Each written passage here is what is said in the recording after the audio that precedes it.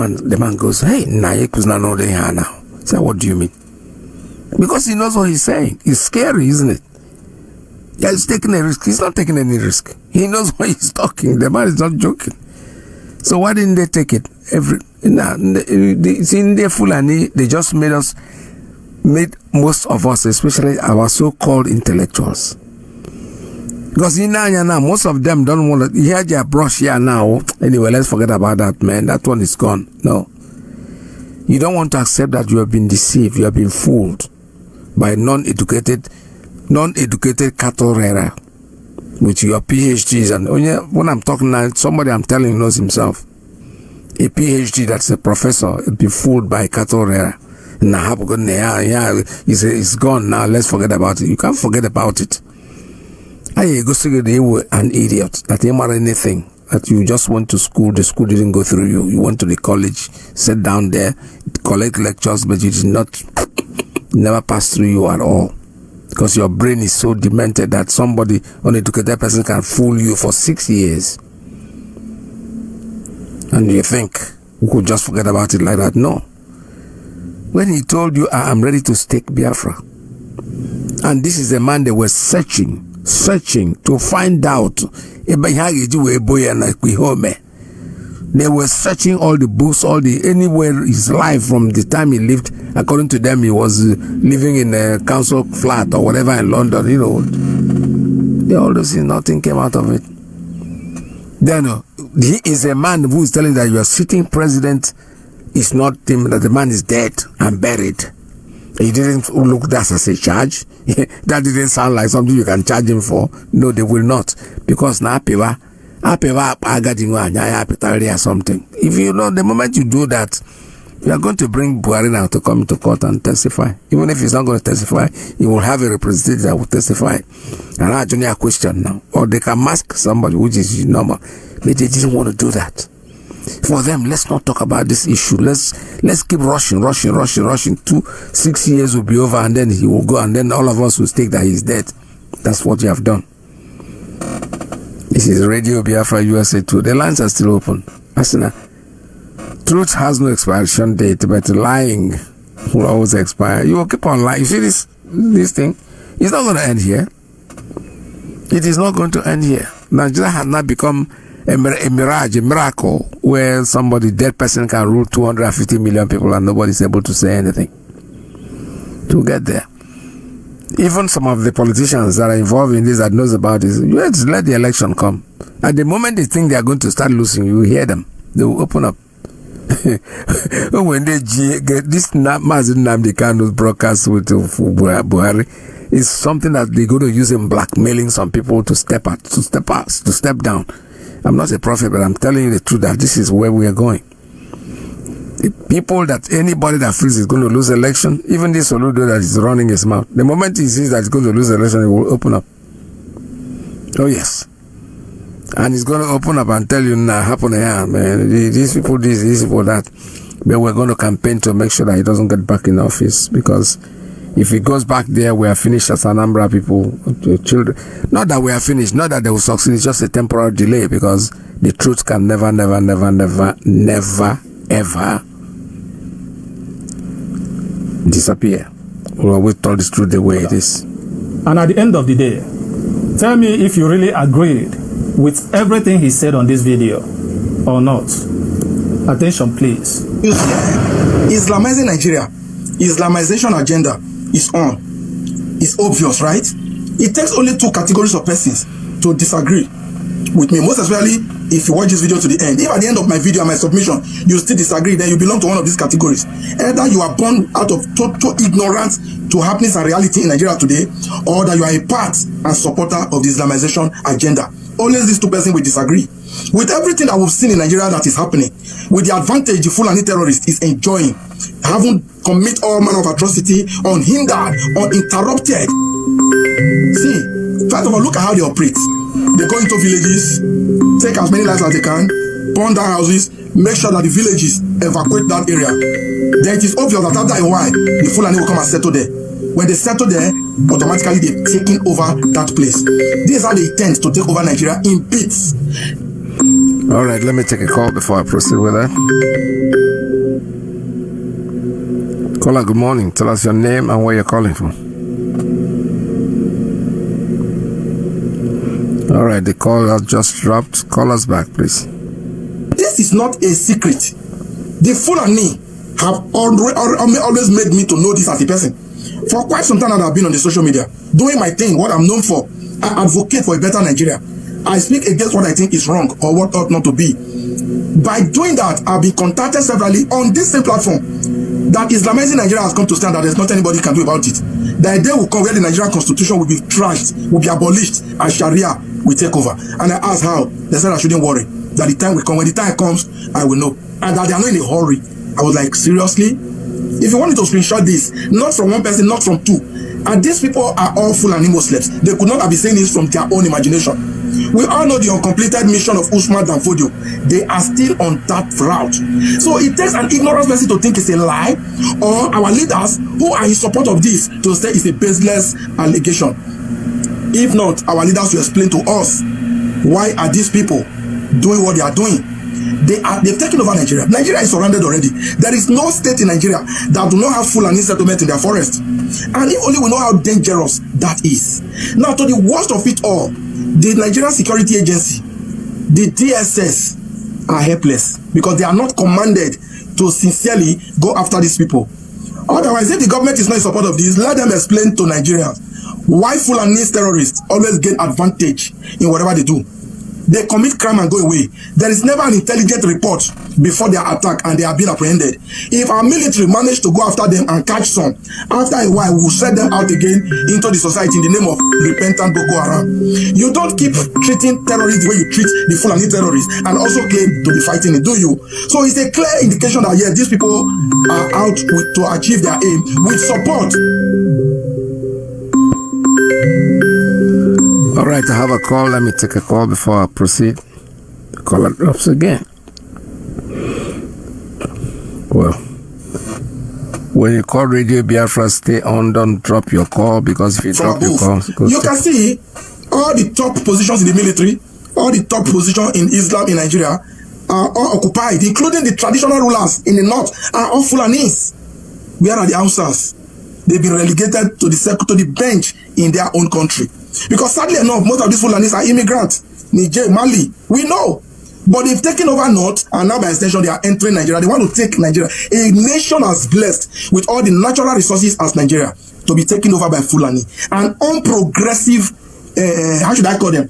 An unprogressive set of people. People who rather live in the tent, in the bush. Now look at the countries that the Fulanis are already in charge of. Just look at the country like Saudi Arabia, Iraq, Islamabad, all those Fulani called country. Are they progressive? Are they a developed nation? Of course not. Now they want to take over Nigeria with all the mineral resources.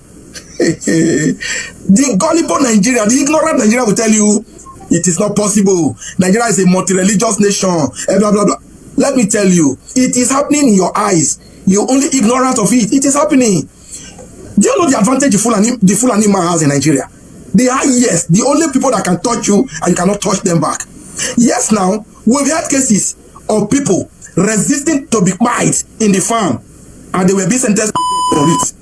We've seen people in this Nigeria, somebody is cropped, his own crops in his farm by the way of prevention from being eaten up. The Fulani herdsman took his cow there. They ate up the crops and the cow all went down. What happened? The farmer was arrested.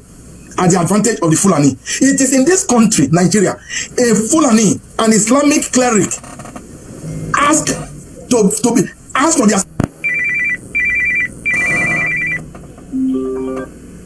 order of a sitting first lady in the person of Remi Tinubu, an Islamic scholar from Bauchi State. It was on the news. Any other tribe other than Fulani would have said that, and the DSS would be very active. The same DSS who cannot be active against the Fulani. All right. This is unbelievable. This guy is just, I mean, listen to this is something that we all know. But you know, it takes courage for a lot of people to come in here and open up and say it the way it is. And he has said it the way it is. I have no opinion about that. What we know The Fulanis are moving. They are moving. They are taking over Nigeria gradually. We are prepared for it. With the Biafran people, we know that this is what they wanted to do, and they've always tried to do it. All right, I have a call. Let me take this caller. Caller, good morning. Tell us your name and where you're calling from. Good afternoon to you, sir. Mazi Iyke. Good afternoon, sir. There one. Thank you so much. Greetings to you, my beloved brothers and sisters, Biafrans all over the world. Remains our strength and we must continue. My name is Hugo, and I'm calling from the blessed land of Biafra. Mazi, you see the clip you are playing? Yes. So many people in Nigeria, a place where the devil is residing on the planet Earth, they're still in doubt of this mission of this Janjaweed. They are still doubting it. Though we were first to give them this information, but they doubt it, they regret it, just like the death of Buhari that our leader Mazi Nnamdi Kanu announced when it happened. And some people say it's a propaganda. Do you know that some people are still saying that what Nnamdi Kanu said then is a propaganda? But the useless man that said that he face us, because when you face the people you're supposed to face, then you tell yourself the truth. They are in the same category of the people that hate our leader, that want our leader to die. But we are telling them, we are giving it to them as they want it. Yes, because this person that is saying all this nonsense, he calls himself a presenter in Enugu, is somebody that is working from one radio station. A particular length, he ran away from that radio station, go to another radio station. And we are asking him, why did you move from Solid FM to Urban Radio? If we are not looking for freedom, you would have died in Solid FM. Yes, you are a presenter, well known. Many people know you as a presenter in Solid FM. All of a sudden, you disappear. I like to tell you, because you deserve to die. Because you people don't love the truth. All of a sudden, you didn't work after from Solid Urban Radio. Then tell me, what are you looking for? If you are comfortable from that particular place, why must you run away from there and go and look for another place? To be amazed, to the surprise of everybody, the same place he still ran back to the former place. Is it not a shameful thing? Then at the end of everything, this person is condemning the indigenous people of Biafra that is looking for freedom. We told you that we are not comfortable in Nigeria, that Nigeria is not for you, and they still are watching. This same person made the move last year.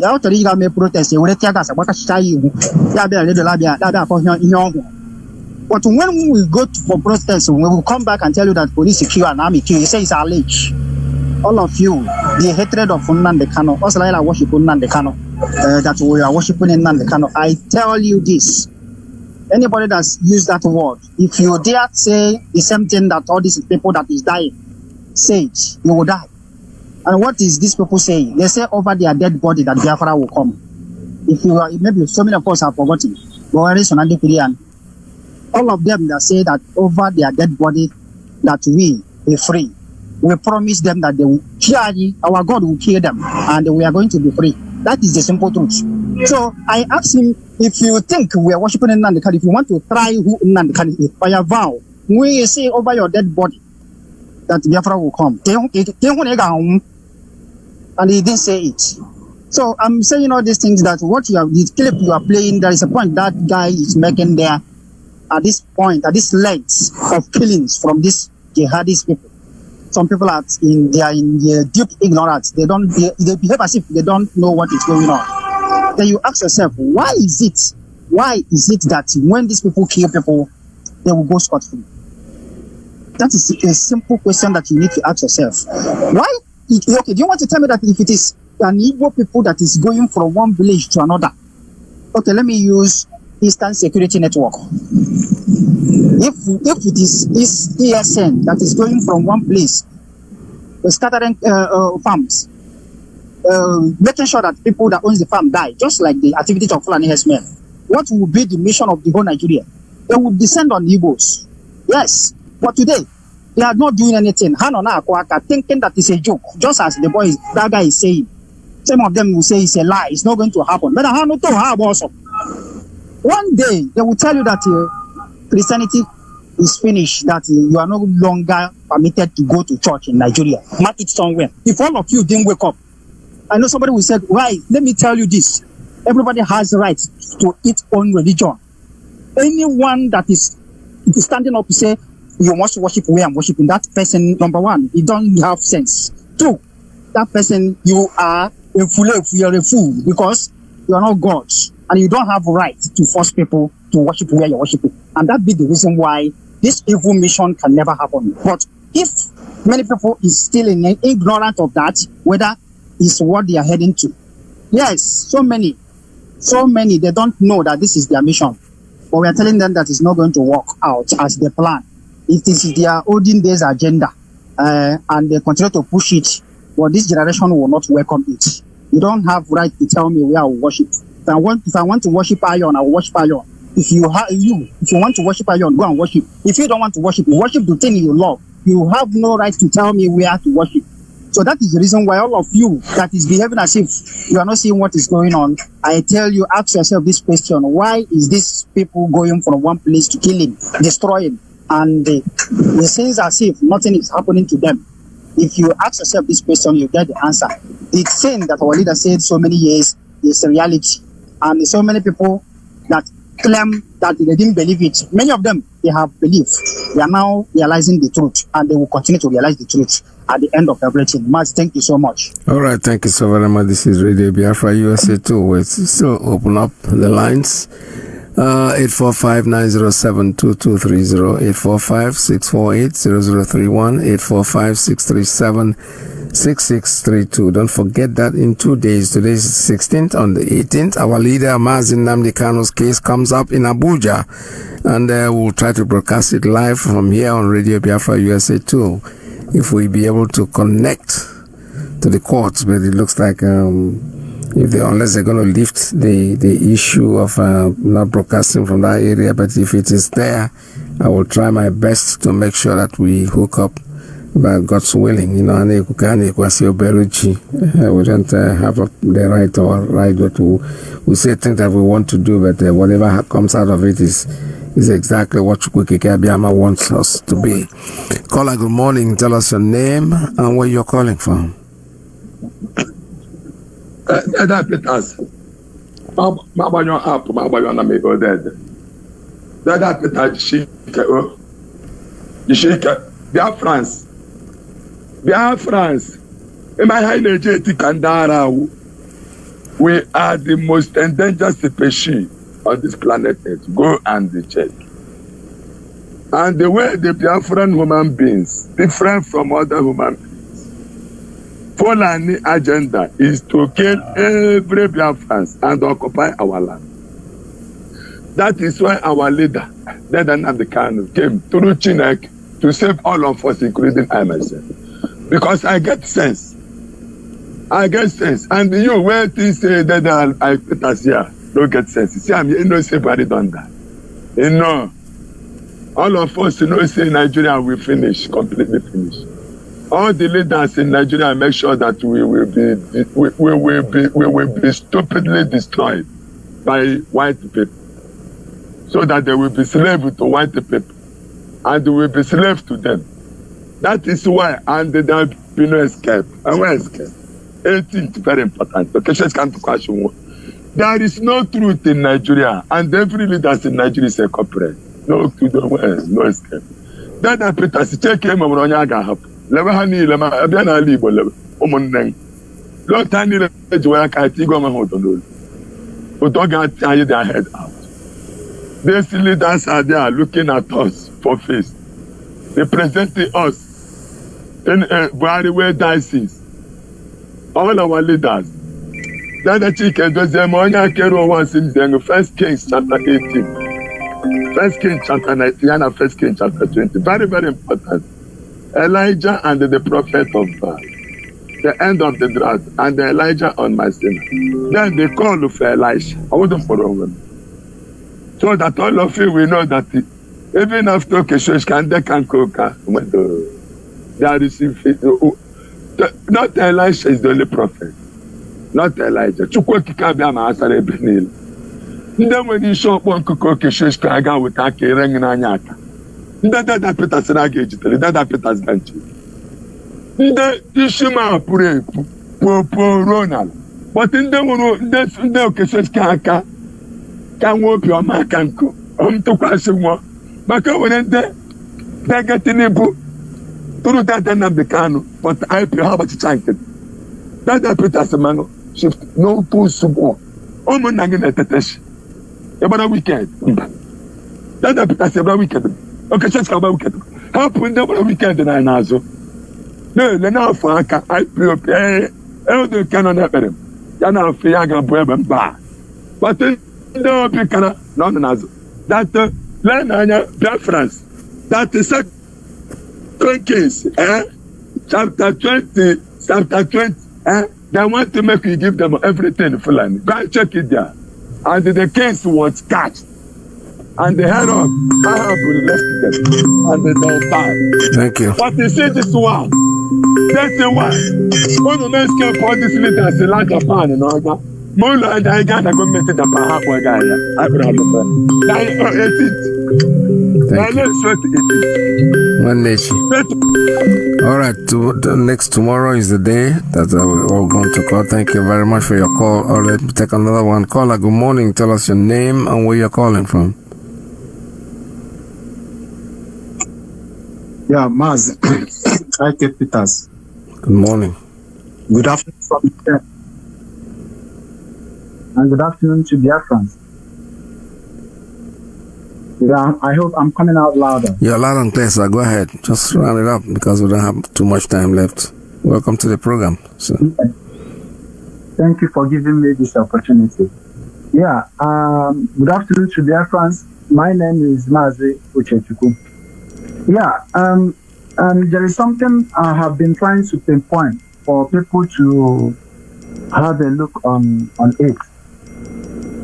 Last time, President of America went to Qatar. I don't know if Biafran noticed. There's a certain man that the American government was trying to apprehend. There's a terrorist. American government were trying to apprehend, that they even went far, pledging almost millions of dollars on his head. So it is surprising to me that on President Trump's visit to Qatar, the man was introduced to President Trump by the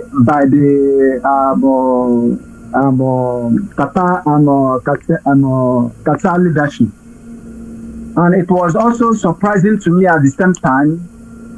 With that opportunity, Qatar government also introduced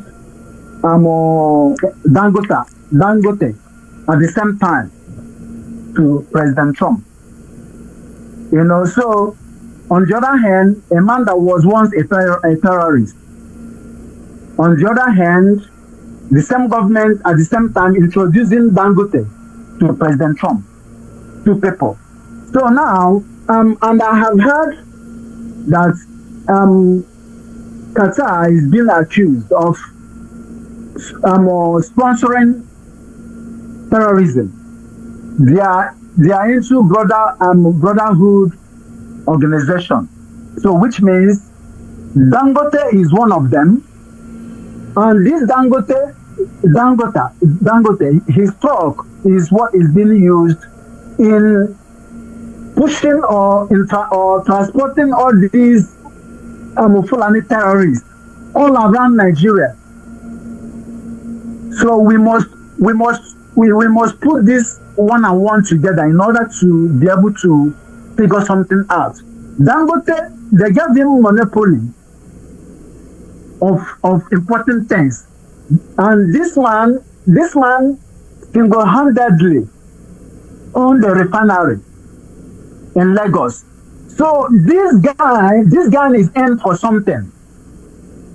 If I tell Biafrans that this man is not one of the people that is planning how to take over Nigeria, you people will say I'm lying. So they are in it. This man, this Dangote knows something. He knows something. He knows this terrorism that is going on in Nigeria, because they want to take Nigeria. They want to take everywhere by killing. So he's not innocent. This is what I want to say. Thank you, Mazi. All right, thank you so very much. Thank you for your call. This is Radio Biafra. We all know that Dangote is a Fulani man, and that's exactly what it's not a news. It's not a new thing. We all know he's part of it. They're using him, and he's supporting his brothers. He's part of the people that really want to Islamize or Fulanize, not Islamize, because for them, their own Islam is different from regular ones. They don't even recognize other Islams as being people who are part of what is happening. So the Fulani, they are trying to Islamize Nigeria, and whoever does not want to believe it, that's your own problem. We will keep saying it, and we'll keep on hammering it directly the way it is. Unfortunately for them, if they think that we're going to give up, they're wasting their time. This is Radio Biafra USA. Media broadcast what the government have authorized them to say. So they will always say it to suit and please the authority. All right, so the lines are still open. We're still here, very much here. And it's 845-907-2230, 845-648-0031,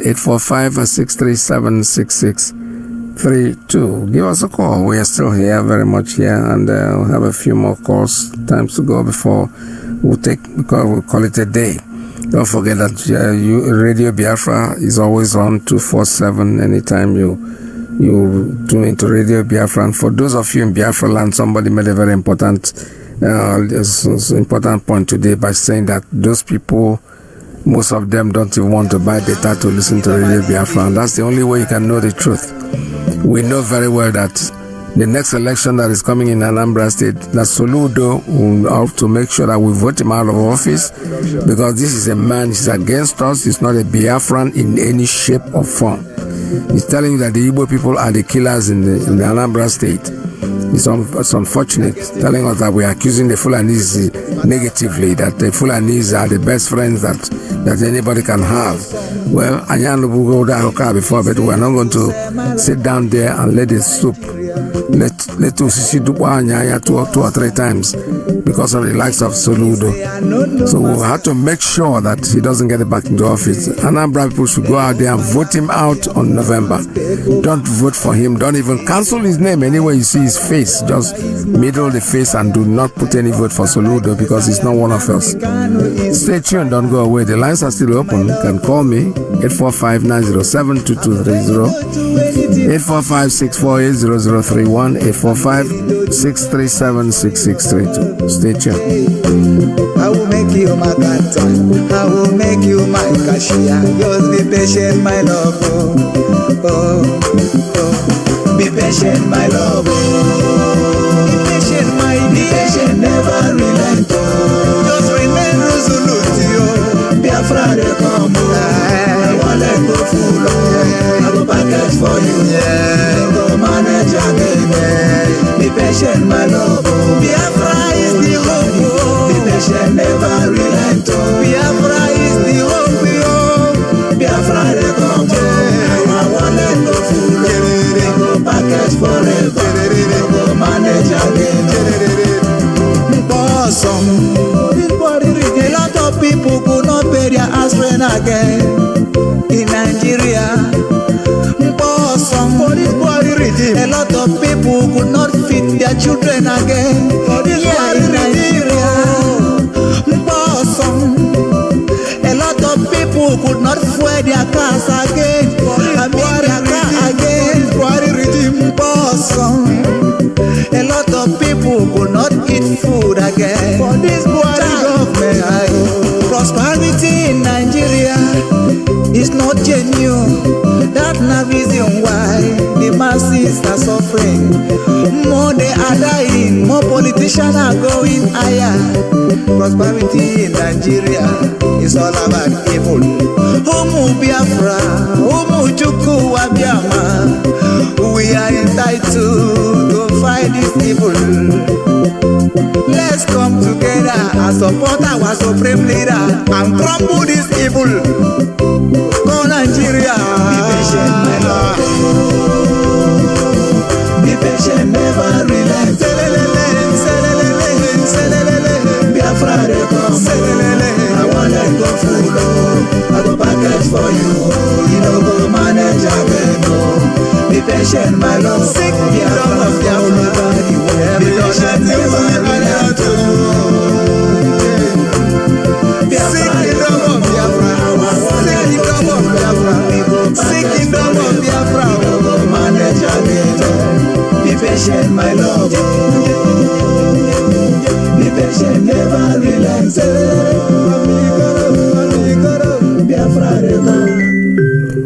All right, I have another call coming in. Let's take this one.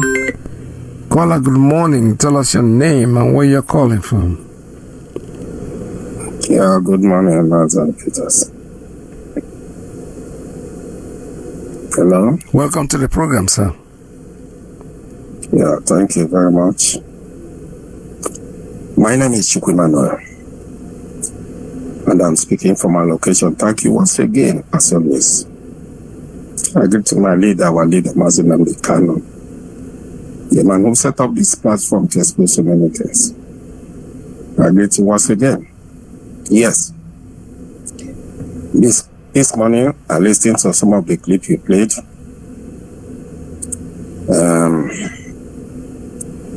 I can say that nothing has been not said on this platform. Our leader have said so many things. And a lot of people have said many things. Today, what will make me to be worried is about our people, Igbo people, by now. We are not supposed to be where we are. Because ndị Igbo sinaga akara aka na-eri ngwụrọ.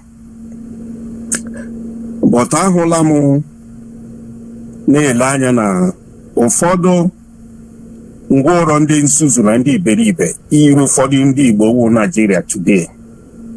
Because ndị Igbo m hụrụ today dị ụzọ abụọ.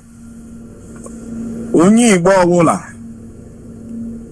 nọ under IPOB wụ the only Igbo human being existing now in Igbo land. Any Igbo man name exist na one Nigeria, ne lanya Nigeria. His name is sorry. Because yawun and the Hausa nwere opportunity ndi Igbo nwere by having somebody like Nnamdi Kanu. When Osman Dan Fodio came to Hausa land, Oga didn't also told her today. The Fulanese is just like a Oto Namba Madu. Nika, iwe toka. Iga hoka, ge chemo oka odema. Giwe ipia yaka ya bapia. More beans. That is exactly what Fulani is all about. Fulani Oto Namba Madu. Ilanya and Hausa today. Way back on the Hausa again. Fulani alala hadi. Ndi Igbo kweno. Nnamdi Kanu mepere radio for over 10 years. Ole ihe ono motara. Ihe motara na Soludo nwere ike hapụ Anambra State na Nigeria bịa America. They castigate his tribe for Fulanese to recognize him as the most idiot for the present from the present time now.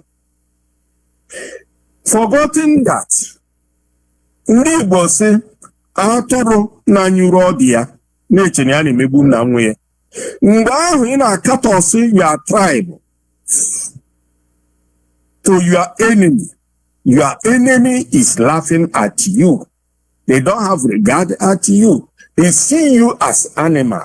That time, you are not friend to your people. You are not friend to your enemy.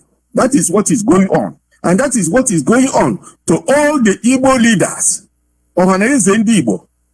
Igbo traditional rulers. All of them, the Fulani have bribed them, bought them as their slaves, and they are working against their people. My question is this. If all this information that have been coming to this radio, and the people who are supposed to help their people when they are alive, they misuse it, and they die, the children, they will left an unborn generation that they will hand over to slave forever to the Fulanis. Then what did they profit for selling their people when they are alive? Ojukwu have tried their best. Azikiwe and their group betray Ojukwu. Today, P2B are working hard to betray Igbo as a race by putting his head into hell fire called Nigeria. P2B supposed to learn for what happened to Azikiwe. Azikiwe continued fighting for Nigeria until Azikiwe died. When Azikiwe died in London, the benefit of Azikiwe is that Nigeria go and collect his corpse from London. They quoted either 10 million or 20 million to use to bury Azikiwe. When they carry Azikiwe down to Anambra State, the highest thing they did is to carry him with a helicopter to Lagos, to Abuja, to Zungeru when he was born, and finally carry him down to Onitsha and bury him. That is the profit of Azikiwe. If Azikiwe did what he's supposed to do when he's alive, Ojukwu will survive. Biafra will survive. But Azikiwe betray Ojukwu, betray Biafra. Today, the same thing is repeating itself for everybody to see how idiot people we have in the East is all about. Some people are saying that they are fighting Nnamdi Kanu. You are fighting yourself. You are fighting your family. You are fighting your race. That is what all these people are doing is the reason. Some people are saying they are Igbo people, they are castrating Igbo people. It is because of somebody like P2B, because P2B supposed not to go in this way he's going before now. So P2B supposed to know that the Fulani have taken over the whole Nigeria. IPOB Rapture Media. He's supposed to have. Now he's alive. Because what God made for human being to see and to consider when they are alive is when you go to a place when somebody die and that person they are trying to bury him, you will see your friend, you will see your mother, your father, your children, whatever you see. When he die, they will put him on the ground and they cover it. When they cover it, that means you who are alive will start to go back and sleep overnight and think, this road I'm going, what am I going to remember when I die? Thank you, for my people. That is what you're supposed to understand, how you're supposed to think. Not how much money you have. What is money, by the way? What is money? Nnamdi Kanu, if he need $100 billion, Nigeria will give it to him. He reject all this because of Igbo people. But today, the foolish idiots are working hard.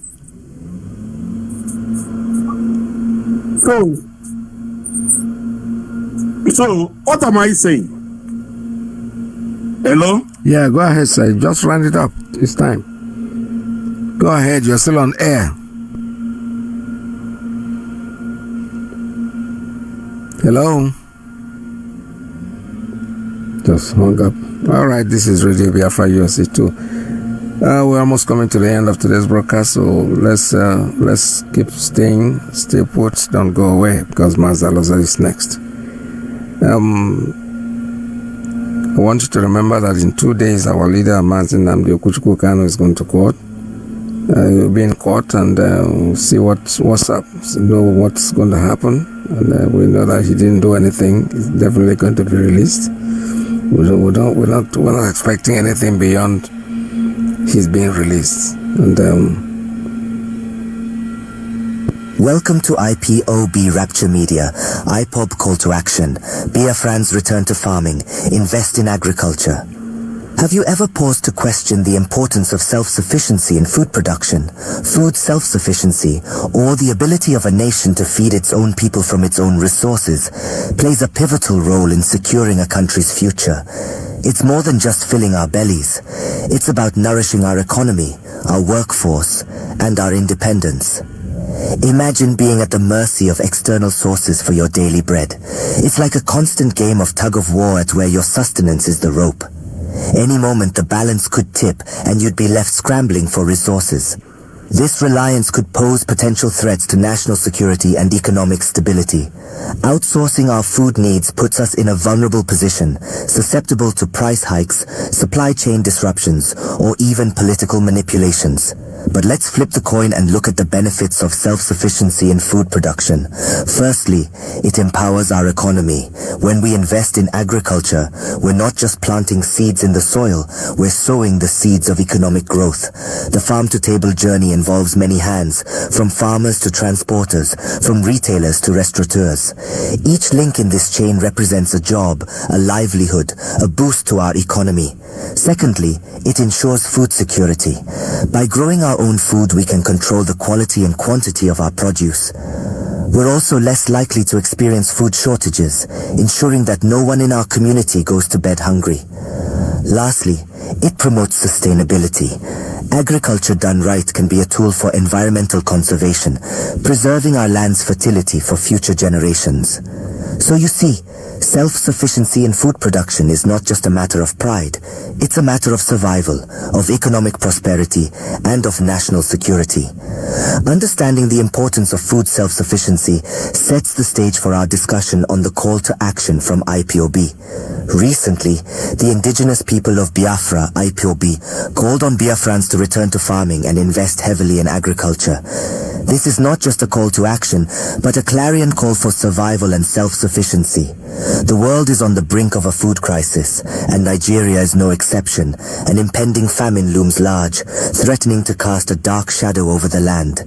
But here's the thing, Biafrans are not destined to be victims, but victors.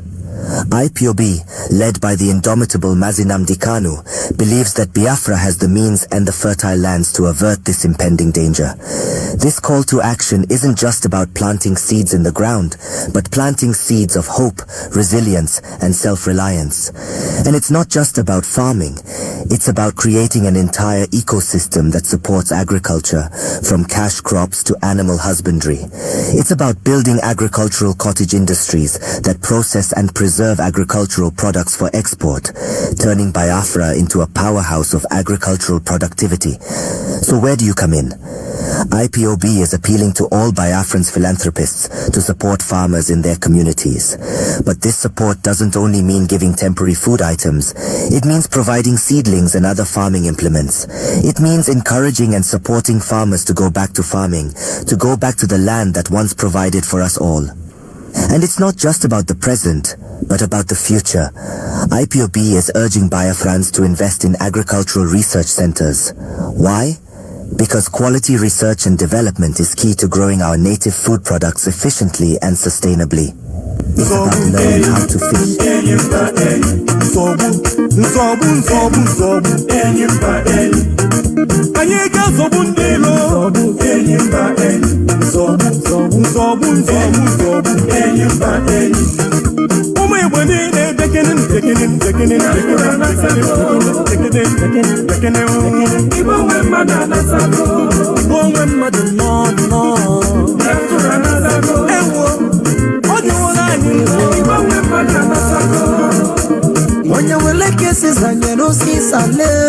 My blood, Onya wele chukunya no chukoki kobioma.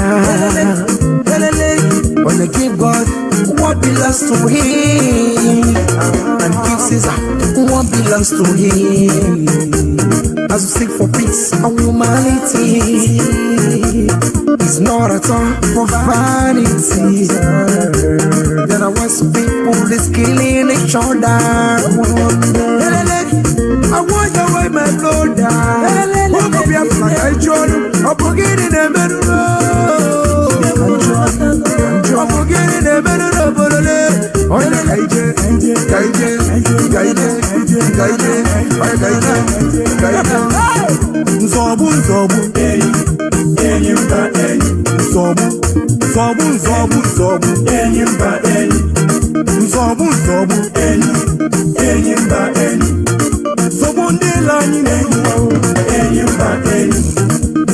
Oh, let my people go.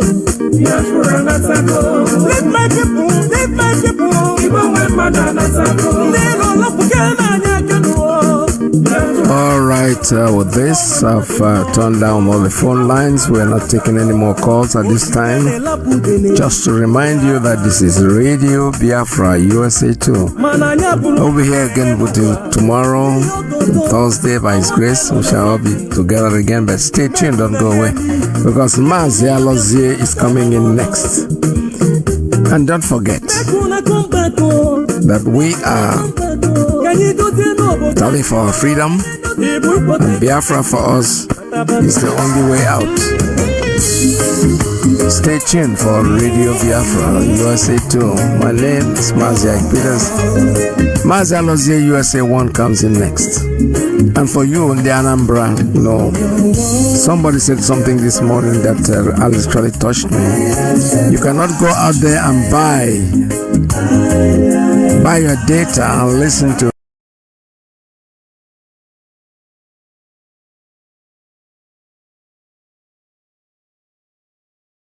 Radio Biafra. That is on 2/4.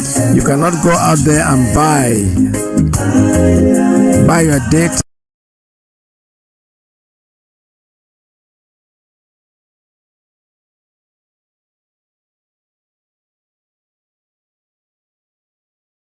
and listen to Radio Biafra. That is on 2/4. That Bintanyako is compromised.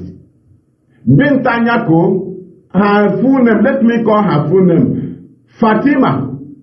In short, injustice. Fatima Binta Motalanyako. Injustice. Fatima Binta Motalanyako. Who is Motalanyako? Let us open the picture now. I want to see who is Motalanyako. Let us go there. Are you there now? Look at the screen. I have come fully on the screen. Who is Motalanyako? The husband of Bintanyako. After this topic, we will know if Bintanyako is qualified to handle Mazi Nnamdi Kanu's case. Bintanyako, as for me, before we continue, she is not qualified to She is not qualified to handle Mazi Nnamdi Kanu's case. How can a judge that her husband and her son is facing fraudulent charges be handling the case of a freedom fighter? Bintanyako can never be competent in this matter. The world should listen, and your duty in this program is to tag in all international handles, and all media, bring them closer, draw them closer to this very program. Every government official handle, bring them closer to this program. We are fighting this battle step by step, and this is the latest step now.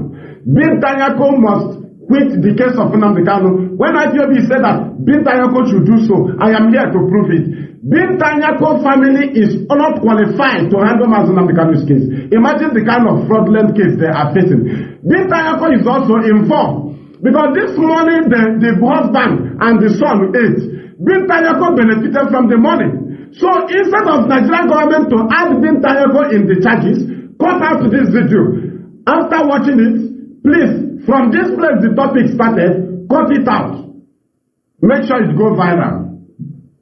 Binta Nyako ate from this fraudulent money. How can your husband, your son be involved in fraud? Does it mean none of them bought you a wrist watch? None of them bought you at least a provision. So your son didn't buy you anything from this fraudulent money. The name of Binta Nyako is in this charges, in this very charge. But the case of Nnamdi Kanu becomes the replacement. That is why you didn't see the name of Binta Nyako in this. They are only holding the husband and the son so that Binta Nyako can use Nnamdi Kanu's freedom to exchange her fraudulent husband and son. Now, let us go down again. Let us go down here. Reason by yourself. How can a husband and the son be involved in front? And you tell me that the wife, which is the mother of the son, did not eat money from this. Are you telling me that the whole family will be involved in front and the wife is not involved? You are dreaming. Binta Nyako is fully involved in this matter.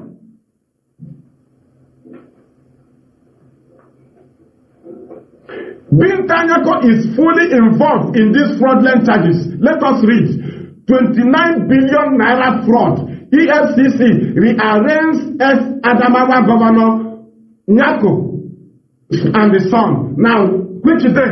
Look at it. It is a current threat to Binta Nyako. A current threat. If you fail to jail Nnamdi Kanu or if you quit, that's why they brought this case on Thursday. Look at it there.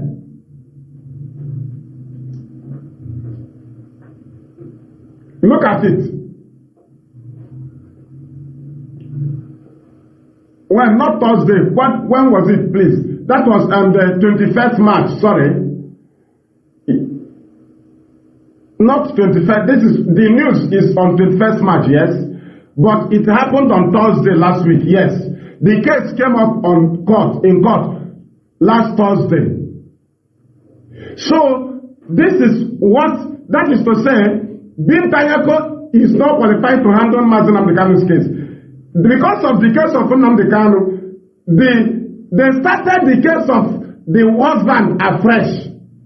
Go to your Google. What is it called? Motala Nyako and EFCC. Just Google it now. I want us to go there. Please, Google Motala Nyako and EFCC. Google it now. Let us go there. I mentioned there. They will know.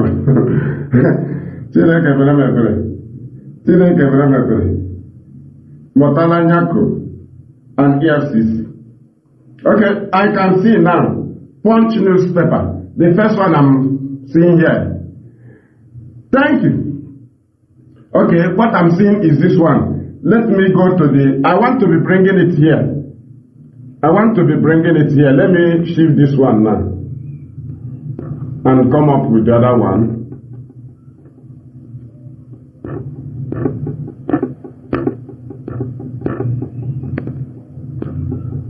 Okay. Okay, look at the criminal here. Look at the criminal husband of Binta Nyako. Look at her. Look at him. Now, the judge, Okon, that is Okon Aba or what? That judge of Federal High Court Abuja was handling the case of this very man.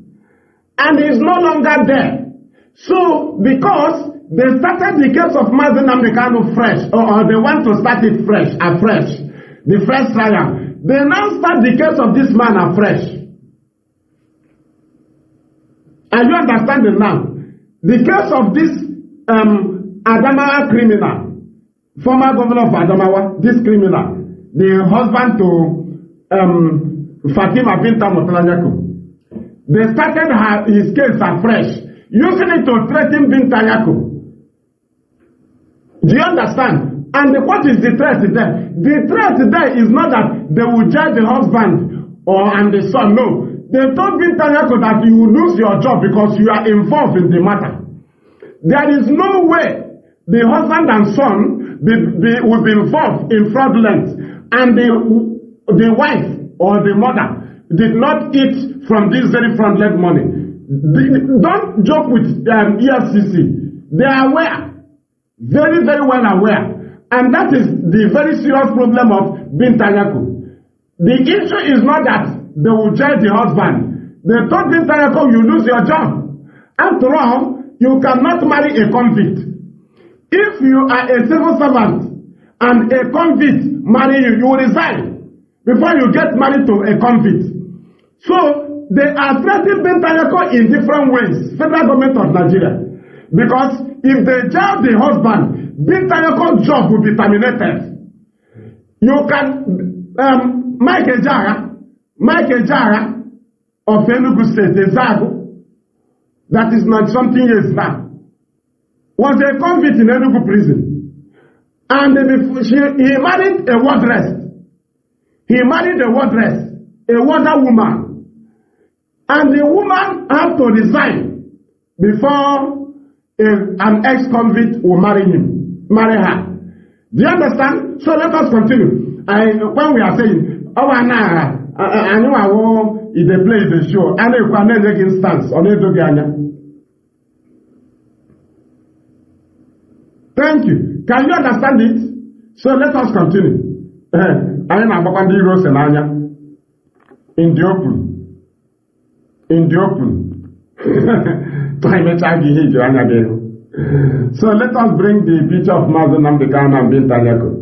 Then bring the picture of the husband. The husband should be on the low level. Let us look for the picture of the husband.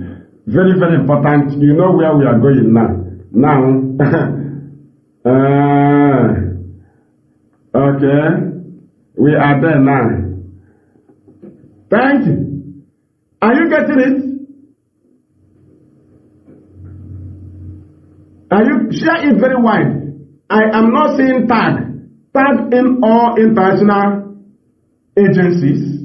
Tag in all government bodies of the world that you know. Tag in international and the local medias in this very program. We are presenting our reasons why Binta Nyako must quit the case of Mazi Nnamdi Kanu. Why is it that a corrupt family will be handling a case of a saint and already discharged Mazi Nnamdi Kanu? That a woman, that the husband and wife is corrupt, facing criminal charges, ex-governor of Adamawa State, Motala Nyako, the husband to Binta Nyako, and the son, and Binta Nyako is involved. And EFCC said, we will remove your name from the charges if you will accept to jail Nnamdi Kanu. And that is why they started the case of Mazi Nnamdi Kanu fresh, and they started the case of the husband to Binta Nyako, that is Motala Nyako, afresh. It is a fresh street to Binta Nyako. It is a fresh street to Binta Nyako. They have threatened her 2022, it didn't work. They have brought a fresh street and said, when your husband is jailed, your job is terminated, because a civil servant cannot marry a convict. A civil servant cannot marry a convict. You must resign before you marry an ex-convict. So if the husband, Motala Nyako, is jailed, as the EFCC is threatening Binta Nyako, the job of Binta Nyako as a judge is automatically terminated. And again, they also threaten Binta Nyako that you are involved in the matter because your husband and your son is involved in fraud. And you were the first lady of the state when your husband was serving Adamawa State. So as the first lady, you are involved in the fraud because the money came to your house. The money, the suspended money that was laundered came inside your house. And you benefited from this fraudulent money. And EFCC is saying, we cannot charge your husband and son alone. You are involved. Unless you jail Nnamdi Kanu. That is the situation Binta Nyako is. And if you are sensible, you ask yourself, why is it that Binta Nyako was busy welcoming amended camp charges? And you ask yourself, was Binta Nyako in the discussion to kidnap Nnamdi Kanu in Kenya? Through her attitude, let us go to her attitude. Binta Nyako was aware that the house of Nnamdi Kanu was attacked and the 28th man was killed, including her dad, could have made them 29, and the jack that was in the compound, not outside the compound, because after the very massacre, we discovered 7 graveyards in the bushes and forests in Biafra land as a result of the python dance. Let us continue and analyze this very matter. Do you know that when Nnamdi Kanu was kidnapped from Kenya and brought back to Nigeria? Share this program very, very well. Don't be stingy. Share it very wide. Unless some people may not share because of their page, according to where they are working. Right? Where they are working, their family members and some other things. Though they are hardcore. But that their main page cannot be shared. Biafra things cannot be shared there. So you don't find them guilty like that. We have them, and we know they are fully in support, but they cannot allow that because they know where they found themselves. So they will not, they know that how they are supporting Biafra and how they love it, but they cannot do that. So you must not, if some of them cannot change profile picture. We knew them, but they cannot condemn those that are changing it. Right? Thank you. Thank you. Thank you. Let us continue. So, when Mazi Nnamdi Kanu was brought back from Kenya to Nigeria as he was kidnapped and extraordinarily renditioned into Nigeria without due proceedings, because if they follow due proceedings, it will be extradition. Right? But due to the illegality of the arrest of Nnamdi Kanu, it becomes a breach of international law. Extraordinary rendition because he was not possessing any Nigerian passport. So what actually brought him to Nigeria? It was under force. He was forced into Nigeria, not his mind. And he was not arrested through Kenyan government officially. So he was kidnapped and extraordinarily renditioned into Nigeria. So illegal arrest. So we continue, and that is to say, Nigeria have no legitimacy to try Nnamdi Kanu upon the terrorism they committed against him in Kenya. It was terrorism. Even in his house in Afaruku, they committed terrorism against him. So let us move. Nigeria that committed terrorism against Nnamdi Kanu cannot be charging him for terrorism. They will first of all clear their own crime. You will not be in the process to hold a criminal, you commit crime. You will face your own crime, criminal charges. You will face your own criminal charges. You will not go in the process of holding noise. You will generate noise. You will face your own. Do you understand? Thank you. So now, as his case was presented to the court of Binta Nyako, what did they present? Did they present the initial charges, which is the initial warrant that Nnamdi Kanu was granted bail on in 2017? Did you see it on the table of Binta Nyako? If Binta Nyako was not in the conspiracy of the kidnapping of Nnamdi Kanu, this is why I am meeting here, to show you more ground that Binta Nyako is compromised. She has no legitimacy because of the corruption in her family to handle the case of Nnamdi Kanu. Binta Nyako's family is highly corrupted and she's involved. And then they will understand. Right? So now, when they attacked the house of Nnamdi Kanu in 2017, what did they present to the world? They said he jumped bail. He escaped. He jumped bail. He ran away. He refused to come and sign his trial. Just follow me here. Don't shift. Don't allow distraction. Follow me up here. I know they are listening. You know, they have shared it to them. So let us, they have their agents here. They copy and share to them. Very, very important. Don't underrate our analysis. They are there listening to you. So now, follow me now. Ask yourself, why is it that they told the world that Nnamdi Kanu jumped bail? That bail he jumped, where was it granted? It was granted in the court of Binta Nyako. Do you know that there was a warrant, detention warrant, which is always in the court, right? In your matter. If you are in a waiting trial, the warders will be using it to bring you to court. Detention warrant. It is in that warrant that your charges are. Now, why was it that Mazi Nnamdi Kanu was brought back to Nigeria in 2021 and that warrant was missing in the court of Bintanyako? If the warrant was there, why was Bintanyako busy welcoming amended count charges? At the starting of the case, 5 amended count charges, 7 amended count charges, 15 amended count charges. Why was it that Bintanyako did not say, no, don't come with amended count charges for now? There are charges he was granted bail on. Treasonable felony. Why can't we proceed with it? Then, as the case proceeds, you can be coming with amended count charges. But Bintanyako don't want to go to that warrant because the invasion of his house by the army will be remembered.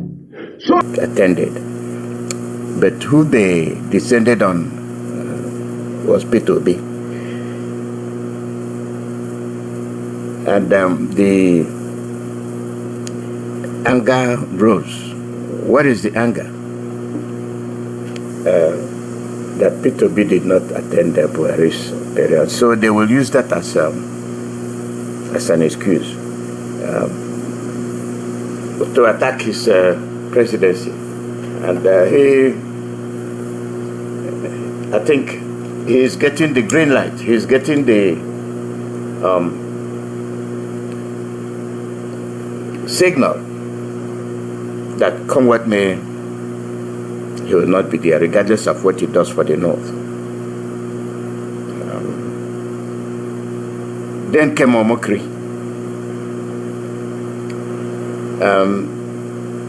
Omokri is like executioner. He says, P2B attended Pope's death burial ceremony. Says thousands of miles, but he did not attend Buhari's burial. I started asking myself, if your activities, if everything you do is centered around the foreigners and not Nigerians, at the end of the day, when there's trouble, you will look for your brothers to rescue you. You will look for your brothers to save you. Outside power is outside power. Outside influence is outside influence. But at the end of the day, we are the ones that will settle our problem. We have problems. Our problem is that we are not the same, we are not one.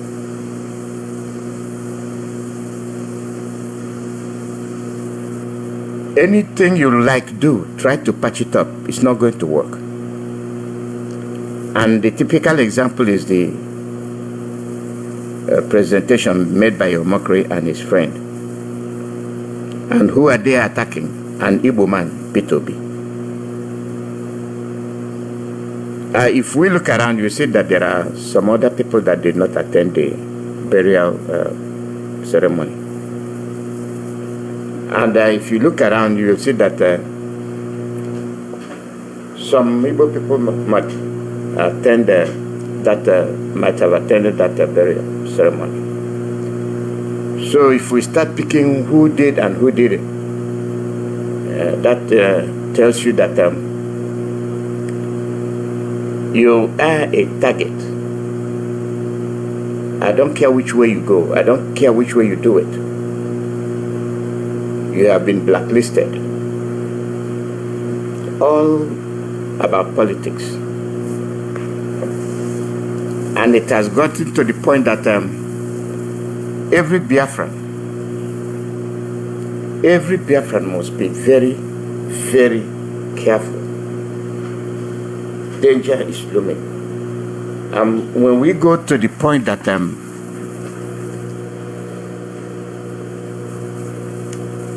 You immerse yourself into political landmine, thinking that that's what's going to let people recognize you. It will not. It's only in Nigeria that we don't know what is going on. It is only in Nigeria. Foreigners know. Foreigners are very much aware. This is why we tell you that lies upon lies upon lies told to Nigerians to please them is so much that people laugh at us. People laugh at Nigerians. And for the fact that Nigeria is so rotten, it's so rotten that it will not be prestigious to parade yourself with the Nigerian identity. First of all, the same sickness from the top, from the head of the Nigerian government to the lowest man. The sickness is very prevalent. It's very common. My man Galloway, I've always listened to him. He came this time swinging, and I think he's beginning to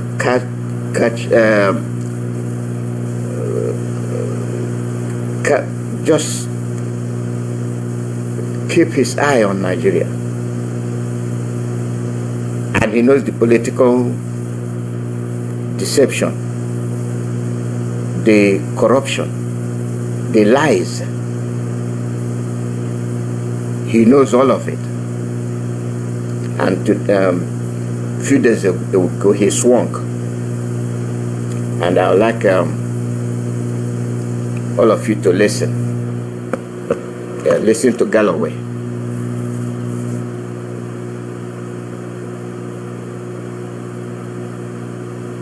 The US president just made...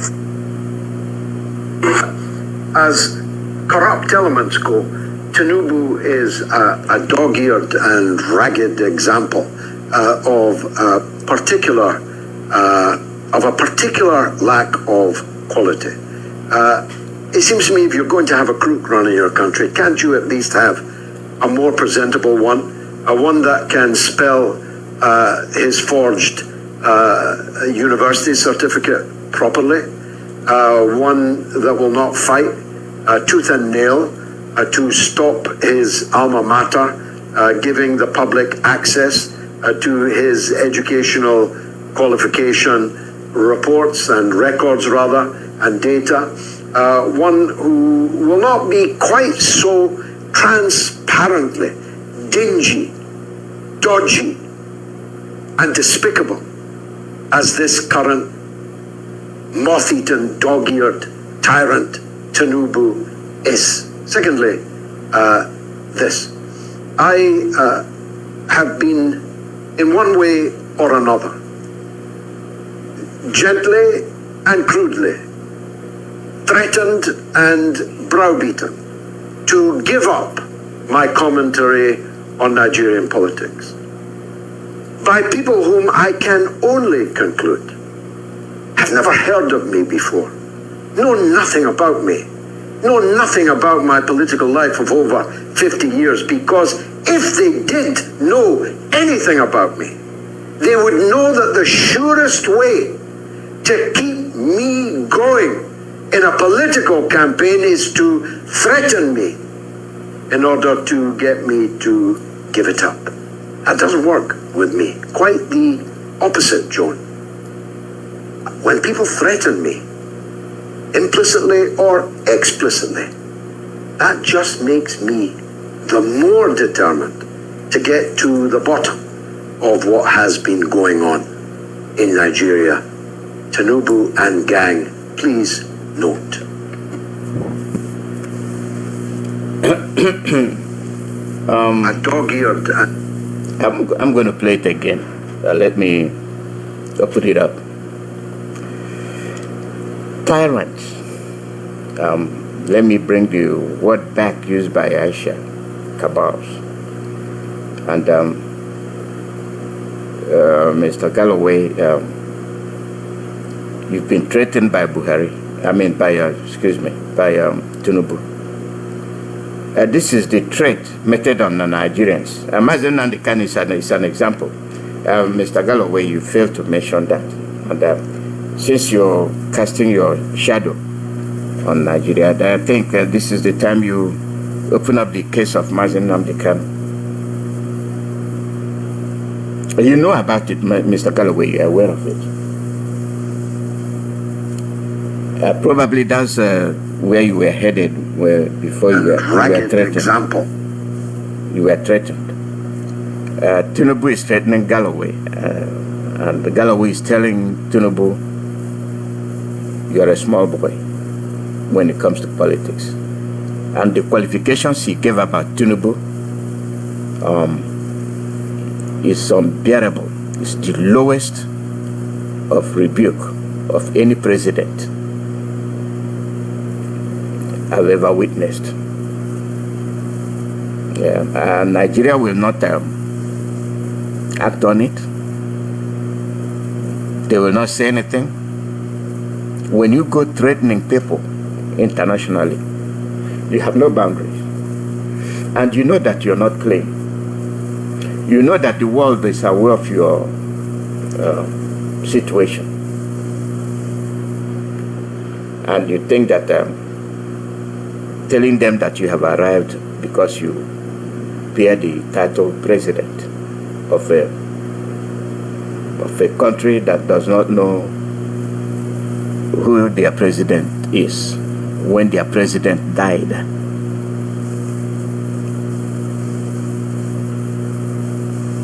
And Mr. Galloway went further to talk about Tinubu's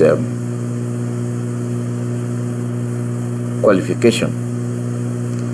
Somebody that cannot spell. It's demoralizing. It is very demoralizing. It puts us down to our lowest human respect.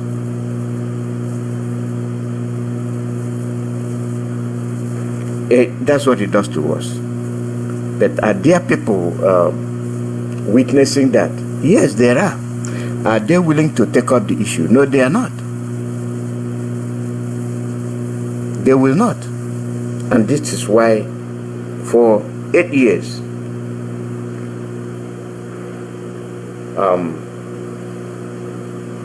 the death of a president was hidden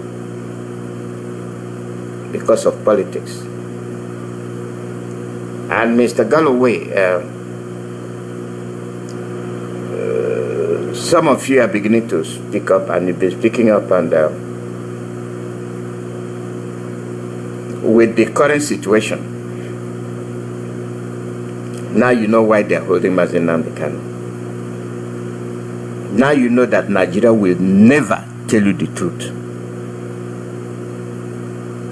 Now you know that Britain is the core enemy of Nigerians. But Nigerians don't realize that. Nigerians don't realize that Britain, being their colonial master, is their worst enemy. They suck, they're like leeches. They suck the whole blood out of you and leave you blood dry. And they are using the one that got to me was the last celebration they held. They called it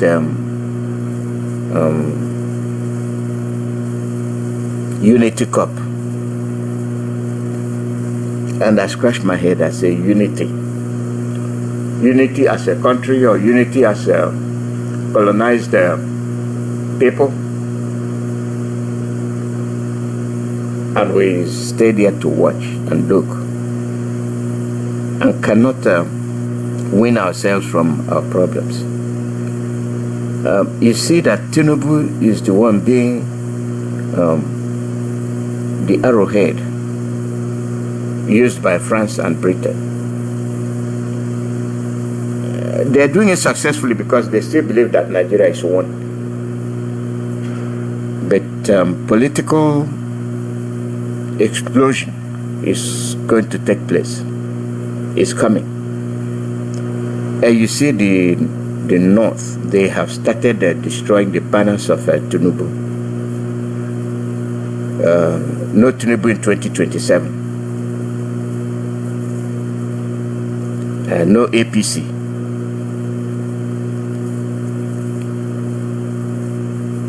All our woes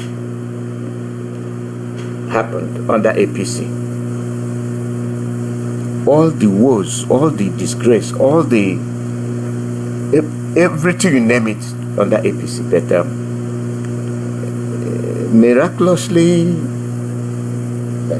they come to tell you that APC or no APC, they are in power, and you get senators and governors jumping to APC, and that is a party, you know, that is very, its existence is detrimental to the lives of Nigerians. And when I'm talking about life of Nigerians, I mean in totality.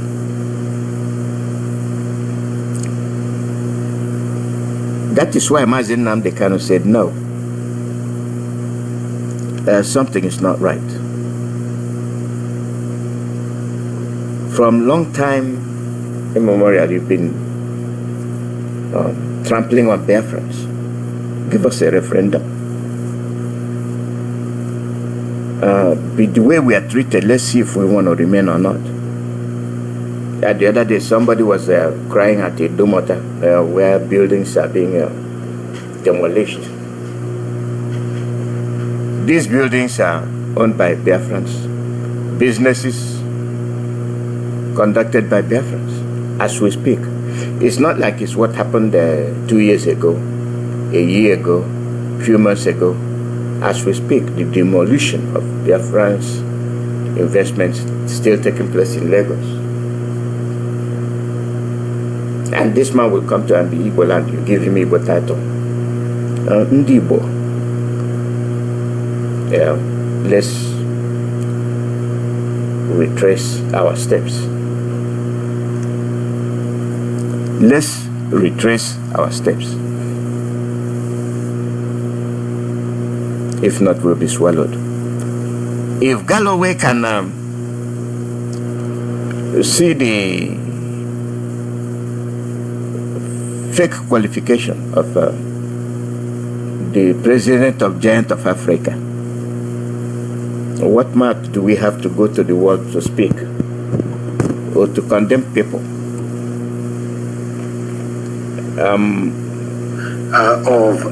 Particular lack of play Galloway again. The reason I'm playing it is it seems to me if you and corrupt elements a dog ear.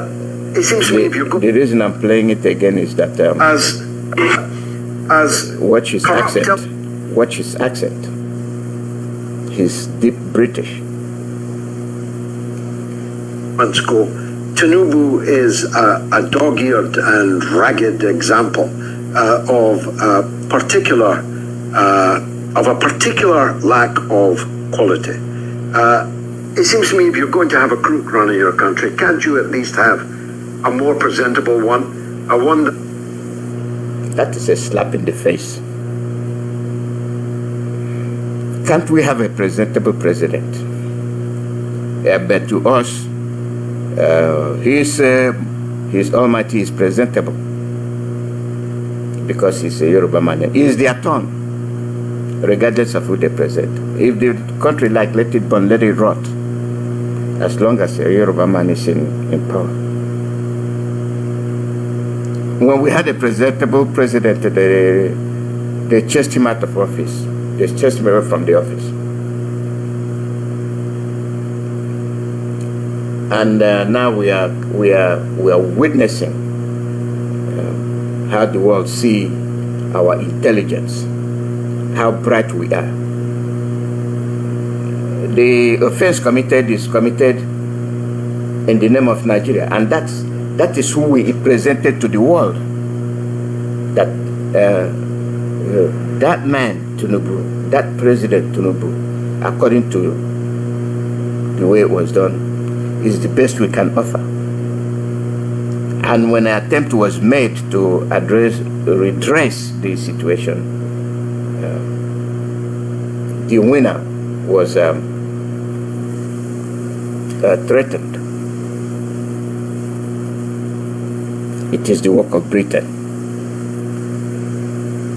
Can spell his forged university certificate, presentable one that can spell his forged university certificate properly, one that will not fight tooth and nail to stop his alma mater giving the public access to his educational qualification reports and records rather, and data, one who will not be quite so transparently dingy, dodgy, and despicable as the man. This is I don't think we have the clout to come out and show ourselves as Nigerians and Tinubu as the president. If one man can just destroy and expose our activities, is what we've been doing. We lie, we cover up evil, we cover up evil.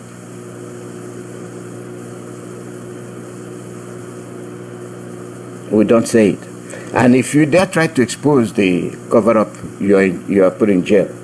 That's why Mazi Nnamdi Kanu is here. They don't have the clout, they don't have the braveness to say, Mazi Nnamdi Kanu, sorry we offended you, we wronged you, go home.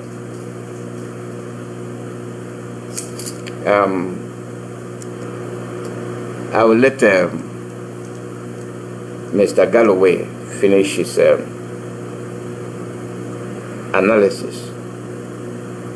What he sees going on in Nigeria will not be quite so transparently dingy, dodgy, and despicable as this current moth-eaten, dog-eared tyrant Tinubu is. Secondly, this. I have been, in one way or another, gently and crudely threatened and browbeaten to give up my commentary on Nigerian politics. Don't talk about Nigerian politics. Let the sleeping dog lie. That's what they are telling Galloway. Tinubu is telling him. You threaten. You stay away from Nigerian politics. This is why Nigeria remains the same. No change. And there'll be no change in the future. And browbeaten to give up my commentary on Nigerian politics by people whom I can only conclude have never heard of me before, know nothing about, gently and crudely threatened and browbeaten to give up my commentary on Nigerian politics. I have been, in one way or another, gently and crudely threatened and browbeaten to give up my commentary on Nigerian politics by people whom I can only conclude have never heard of me before, know nothing about me, know nothing about my political life of over 50 years, because if they did know anything about me, they would know that the surest way to keep me going in a political campaign is to threaten me in order to get me to give it up. That doesn't work with me. Quite the opposite, Joan. When people threaten me, implicitly or explicitly, that just makes me the more determined to get to the bottom of what has been going on in Nigeria. Tinubu and gang, please note.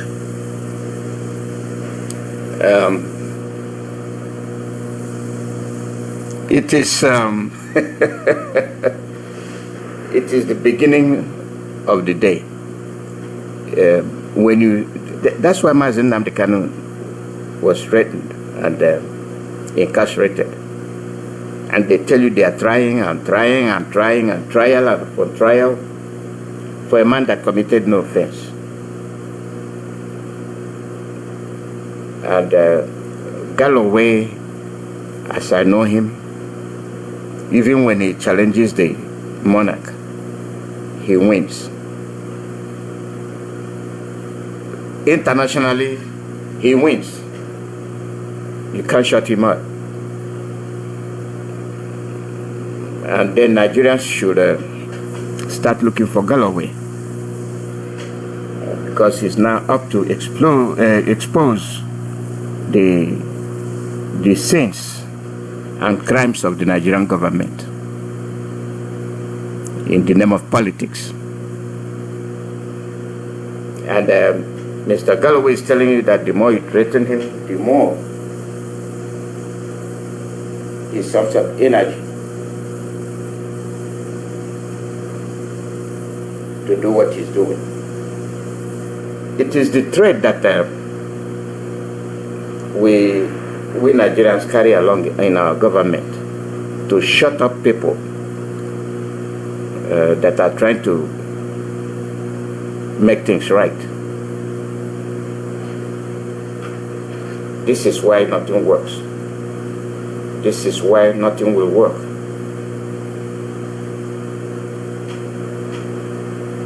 And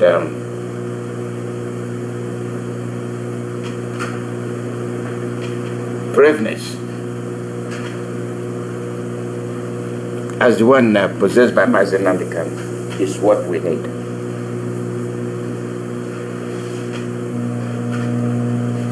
If we can be brave enough to say we are tired of being used as political tools, the Nigerian government is being used as international political slaves. But they don't see it, they don't recognize that. And I don't think they want to recognize that, because they feel they are at the top, they feel they have the power. You cannot defeat Boko Haram, which you, in one part, is supporting. But when you threaten people that will wipe you out in a second. The threat is coming because you think you are powerful. Now, it is the same steps they took when they went to Germany and other foreign countries to suppress freedom of speech in the name of attacking IPOB and Radio Biafra. It is the same step. Lai Mohammed went as far as the utmost end of the earth to suppress freedom of speech. That is an example of how Nigeria works and their political agenda. Any group that comes to the forefront to make things right, attack them. Attack them very viciously. The shame is not there yet. I know most of you will not pay attention to the words of Mr. Galloway. You will attack him personally. And that is our system of doing things. But the message is carrying. How will it be that we've been telling you that the man you said you buried yesterday just died? The evidence is there that he died 2017. We have given you all the evidence. But the media did not bounce on it. When I mean the media, I mean the newspapers, the Tribune, the Punch, the Sun paper, the Guardian, name it. They all have journalists. Do they have investigative journalists? Hell no. Yes, they do, but they don't. And Nigerians are in the dark because the radio cannot tell you the incident that is happening in the Djibouti. The radio cannot report the incident happening in Baglaja, whatever you call it. The radio cannot tell you the incident happening in Wuse. The radio cannot tell you what is happening in Ibadan. But they can cover the news of rat attacking, infesting the president's Asorok. Conspiracy, lack of independence. You say you are journalists.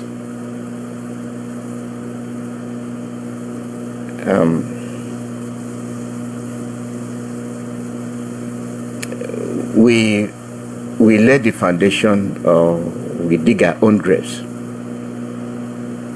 and we live by it.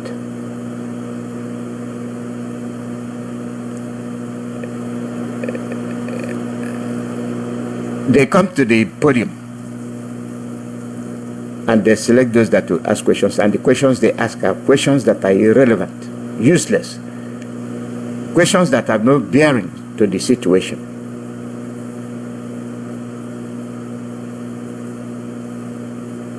And it's fine. There was one question I raised, I think it was 6 years ago. And it's now like a sunlight. I think it was 7 years ago when I asked them, is Nigeria a democratic government or military government? I asked that question. The response was zero. The actions taking place, it was during a brutalized regime when people were being slaughtered left and right by the army. And the soldiers were released like bees to suppress the freedom of people, especially in Biafra land. And it was that period that El Zazaski was blinded.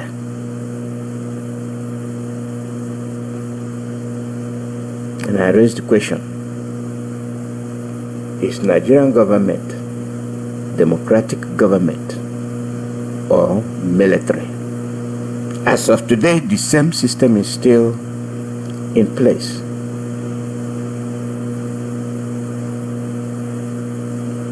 They have the police, they have the mobile police, that's the way I know them, the flying batons.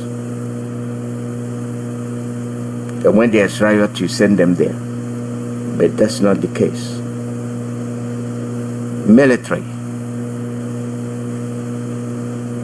is the order of the day, not democracy.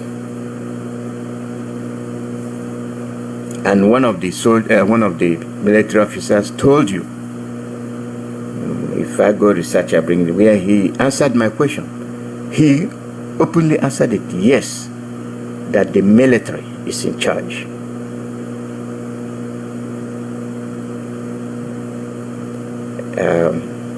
I know somebody's going to dig up that answer that military man gave.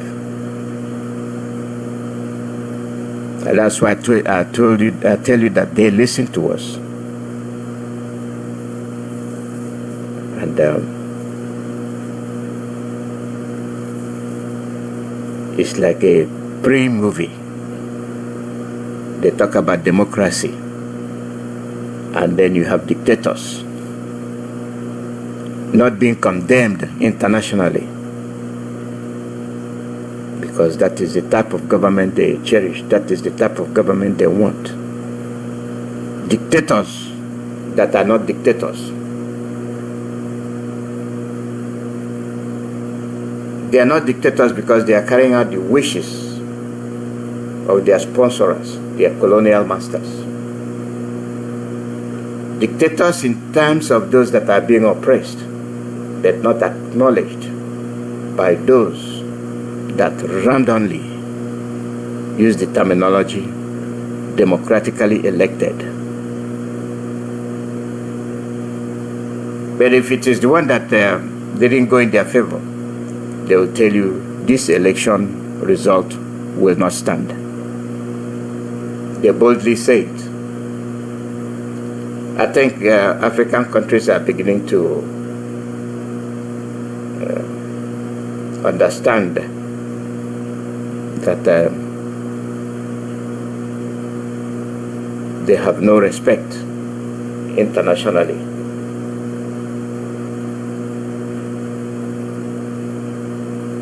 When you are summoned, you take off running. We'll deal with that tomorrow. Let's open our phone lines. +1 484 767 0848. +1 484 767 0848.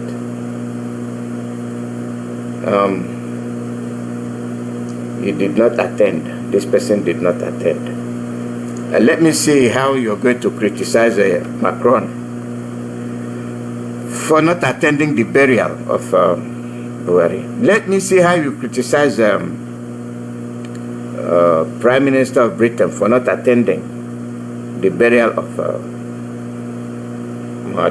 Buhari.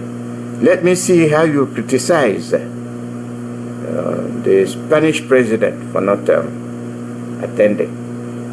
The OAU presidents, African countries. Let me see why you will not criticize them for not attending the burial. And there's a problem. Danger. It's right at the corner.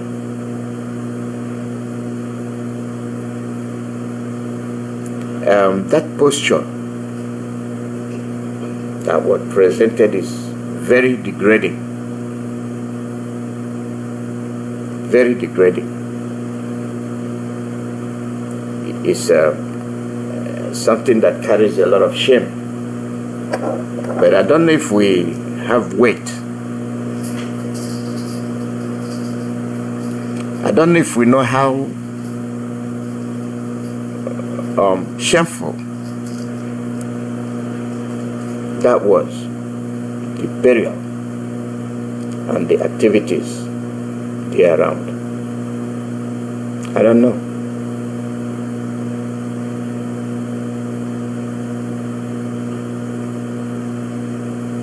It's not an issue of Tinubu say Yoruba man.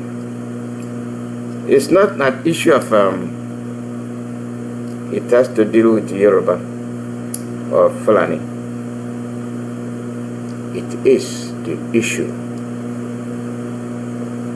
of right from wrong, respect, dignity, and pride. We don't have it. We don't have it. How do we restore our pride?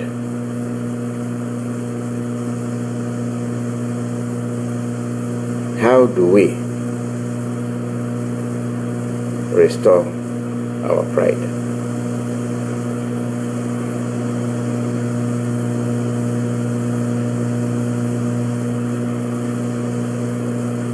How can we do that?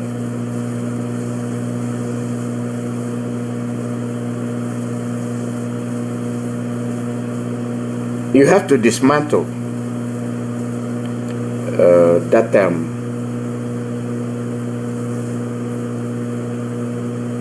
structure.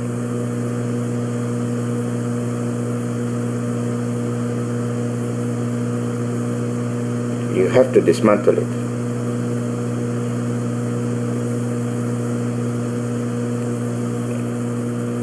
If we continue to retain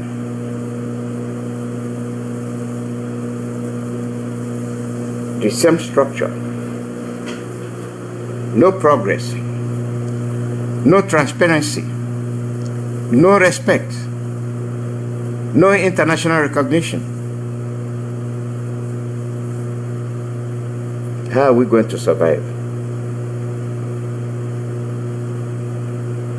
It is an issue of resource control, and the maltreatment method to the indigenous people. And to achieve your goal, those indigents that own the land must be removed, expelled, relocated into camps, and there they will quietly die away, never to return to their ancestral land.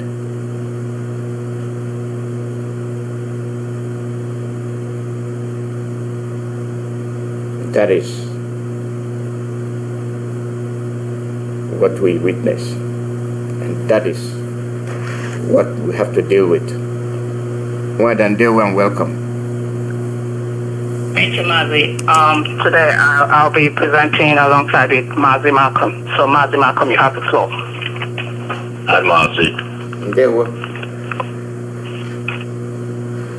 Governor Chukwuma Soludo is a traitor to the Biafran land. He is unqualified. He is a criminal. Buhari died in 2017. He was buried in Saudi Arabia. Nigeria is the only country that was ruled for years by a dead president, Buhari. You cannot hide the death of a president for 8 years before announcing it to its citizens. This is so wrong. The cabals in northern Nigeria are so corrupt. They're the cause of all the terrorism acts in Nigeria.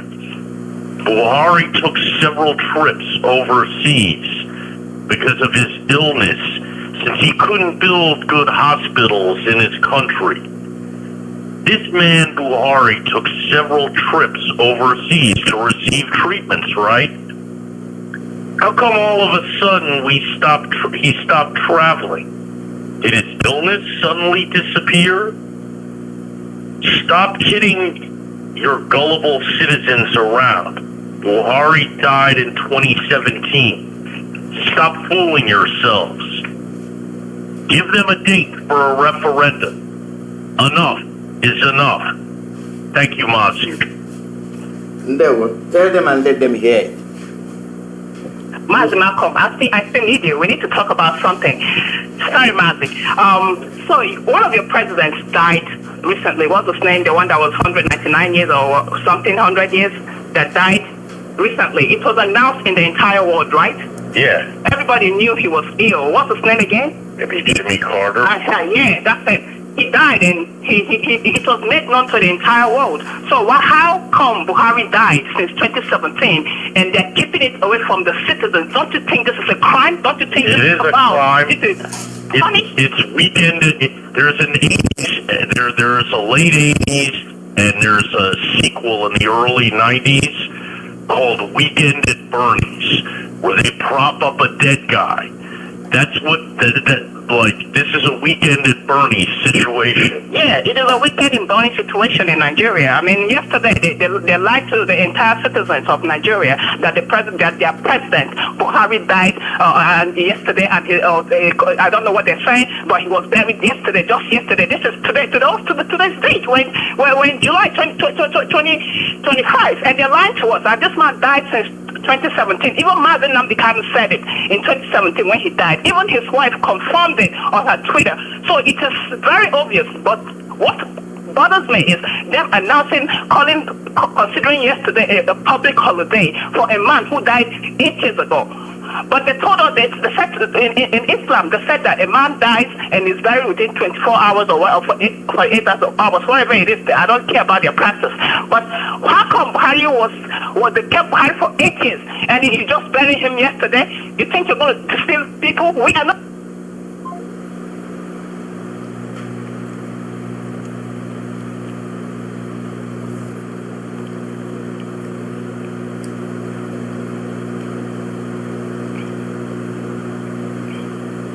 Your line dropped. I'm trying to get you back. Go ahead. Yeah, my line dropped. He keeps doing that. I guess they don't want me saying what I'm saying, but I'm going to keep saying what I'm saying. Let's talk about Yaradua. Yaradua died. When Yaradua passed away, I happened to be in Nigeria. I happened to be in that space. And I remember that all of entire life in the airport, they don't want journalists to come in their job. Not like the journalists are even doing their job anyway, because these journalists we're talking about are brown envelope journalists anyway. So they give them money, they bribe them to shut them up. So they don't really say the truth to the citizens anyway. So I mean, if your journalists are carrying this news and saying Buhari died yesterday, is buried yesterday, died recently, and is buried yesterday, that means the journalists don't really know what they are doing. That means these people are not qualified to be called journalists. They need to go sit down and get out of the space and stop blocking space and telling us that journalists, because they are not doing their job. You know, they're not doing their job, and it's really obvious. Okay, let me ask you guys. Since Buhari died yesterday, since his funeral was yesterday, how many countries in the nation attended his funeral? Thank you, Mazi.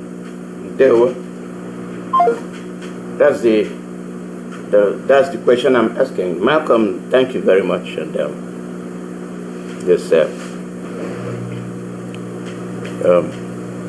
something that you hear, and you are trying to determine who came and who didn't come. You want to respect the man. Let's look at it.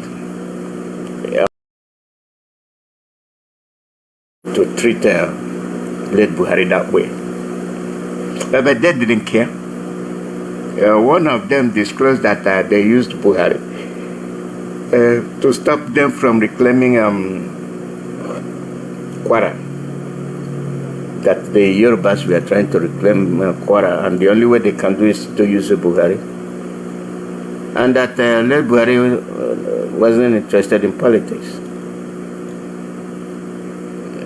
If they can treat him that way, it'll make you believe that that's the case. The same sickness befalling Nigerians is still on. No inquiries. They are not going to make any inquiries. They are not going to investigate. They will take it at the face value. That's what happened. You can support or comfort yourself with what you want to believe in. When the reports start coming in, when the actual evidence starts surfacing as to when he died, shame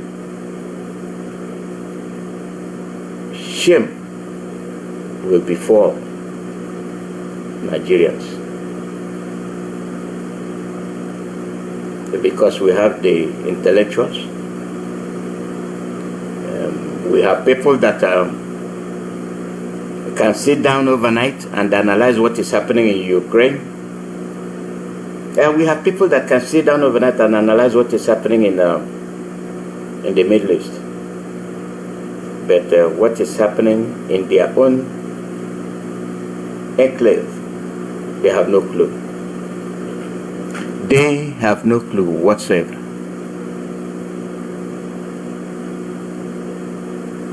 And you call that a country. They will tell you how civilized they are.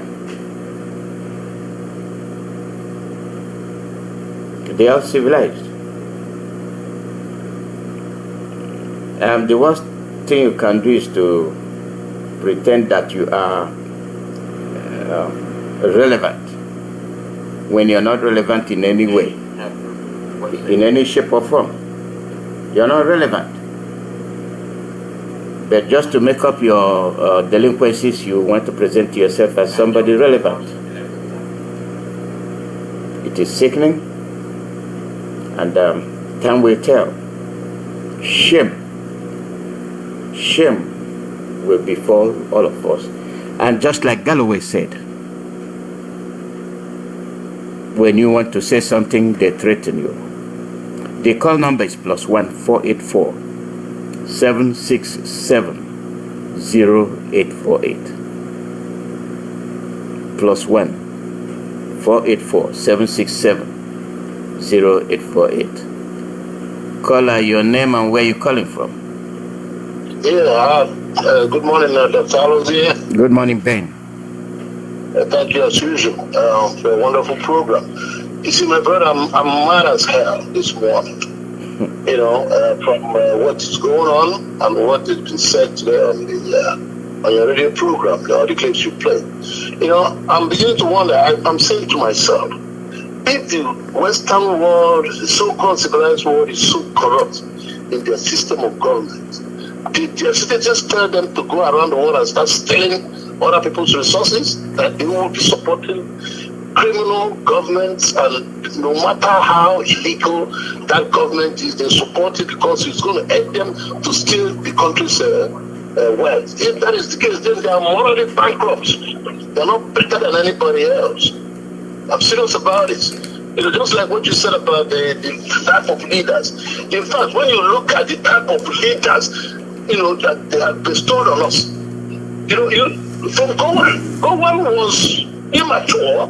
Not only that he was immature, he does not have a voice. He does not have a voice of his own to be a leader of the country, Nigeria. He was manipulated by the British from the beginning to the end of his career. You know, these people will always bestow on us the worst and the most ugliest type of leadership any country can get. Buhari, when he get there, look at the type of government that the United States supported under Obama. That Obama gave his campaign manager to come and campaign for this type of person to come and lead us and destroy us. You know? How could they stand in the world and talk about morals? Okay, Obama gave us this useless Buhari, a sickling, somebody that was almost dying. 2 years after he was elected, he was elected in 2015. By 2007, he was a dead man. And then the whole world watched as Nigeria was operating with a fake president. You know, I don't blame them. Sometimes I wonder the type of, the caliber of people that make up this country called Nigeria. A country that has produced the most intelligent black people all over the world, making names in engineering, medicine, you name it. The computer we use today, Emma Planning was the one who was able to devise ways to increase the speed of temperature that it's never been imagined by anybody. That making every computer, all the computers compute at the same time will increase the speed. instead of one central computer. Very simple, but very difficult to imagine. But this guy, Emma Bali, and eccentric, was able to, even the people that manufacture the computer don't know that. Because I've been trying to find out how to increase the speed of computers. But he came up with that idea that when you have so many computers working at the same time, that and you're computing with all the powers of computers, that it's going to increase the speed, and that's what you're still using today. It has never been, challenged by any other way. That's what you're using today. That you have in that country the most useless, corrupt, criminally minded people that is ruling this country called Nigeria. And the world is happy with it because you know what? It's going to keep us down. They don't want to see us be a great nation that we're supposed to be. Even with the adversity and the Fulani effect of Fulanis in this country, Nigeria can't find all the odds because whenever a good leader comes in, you can see the difference. When Jonathan was there, we were able to we outshine South Africa. Our economy was the best. Our GDP was better than that of South Africa. They said, no, we don't want this. They introduced Buhari. Force this man out. Let me tell you, I'm going to say this. I'm waiting for Nigerians to rise up and do the right thing because let me tell you something. If they don't, that will be the last time I open my mouth and call myself a Nigerian until we get Biafra. My Nigerianism will only be in the useless green passport and that's it. But I will never use this one again and tell everybody that I'm a Nigerian. I'm ashamed of Nigeria. I'm ashamed of the people that make up this country. I'm ashamed of every major tribe. Let me not talk about the minor tribe because they cannot have effect. I'm ashamed of the Yorubas, I'm ashamed of the Easterners, and I'm ashamed of the Northerners. Who allow this nonsense to be going on? Do you know that, my brother, if it's in a civilized world, do you know that every contract or every agreement that was signed when Buhari was dead, from the time Buhari was dead in 2017 till he left, till his term ended, is null and void. You can walk out of it. And everybody that is or that was responsible for this scam to go on in Nigeria should be in jail. They will arrest all of them if it's in the country. Because that means you have been ruled by somebody that was not elected, sometimes foreigners. And if you want that particular period of time, for those the people that are following what is going on in Nigeria, that was the greatest time of looting. That was the greatest time. Nigeria was rooted dry when that Buhari was away, died and left. The whole international body looked at us left and right. Contracts were being signed. Things that they never approved of. Knowing that Buhari is dead. They knew that Buhari was dead. And they keep signing contracts on his name, ruling this country on his name, going to international this thing on his name. That is fraud. It's fraud. Highest form of treason. My brother, it's not just for this treason. When you comport an image that does not exist, hiding that your president is dead, you deny Nigerian citizens from knowing that their president is dead, from him being one, from him being buried, giving the right they are giving him now. After how many years he died? 30 years. From 2017 to 2025 is complete 8 years this man died. You are just burying him and giving him all the rights. And they're trying to cover this as well. If Nigerians, with all these regulations, will keep quiet and sweep this on the carpet, my brother, and then I know that the people that make up this country are useless. They have to find out what is wrong with them. Because they are not supposed to enter into the agreement by an illegal president that we did not vote in. You know what it is? Somebody who didn't swore an oath to rule this country and defend it, signing papers on behalf of the country, signing contracts. Everything is signed is null and void. But you know what? Everything is working out for the good of Biafra, and there's no that something is about to happen. It's only a matter of days. Something is about to happen that will change the trajectory of all these things we have been fighting for. Because I don't see how Nigeria can survive this nonsense. You just see what Aisha Buhari tweeted. He said As far as she's concerned, my husband died in 2017. Yeah. That whatever is going on is something but the Nollywood this thing. So, that's what he said. What do we need? And you still have some idiot trying to make argument. Defend, anyway, I think they were paid to do that. Defend the defense, something that is indefensible. How can we allow such a thing to go on in this country and we have intellectuals? Our media is completely useless. Now that I know. This is the type of thing that sells media. You know, hop on it immediately.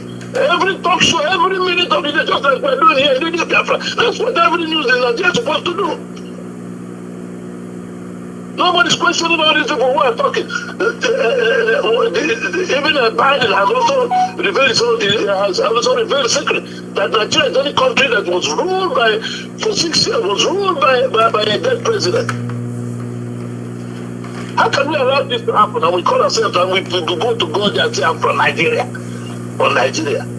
We have a minority tribe messing us up in this country. Fulani, who are not indigenous people, with the help of Britain and Nigerians cannot come together and say, look, this must stop. I blame, you see Yoruba people, I blame them.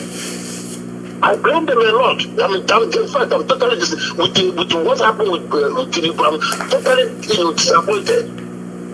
How they demonstrated during the time of Jonathan just because of subsidy. How much was fuel? Fuel was like 65 or whatever. Just over 100 and something naira. They went on the street demonstrating. Chibok girls, the same thing. Opium and the rest of them, including Igbo people, shouting nonsense on the street.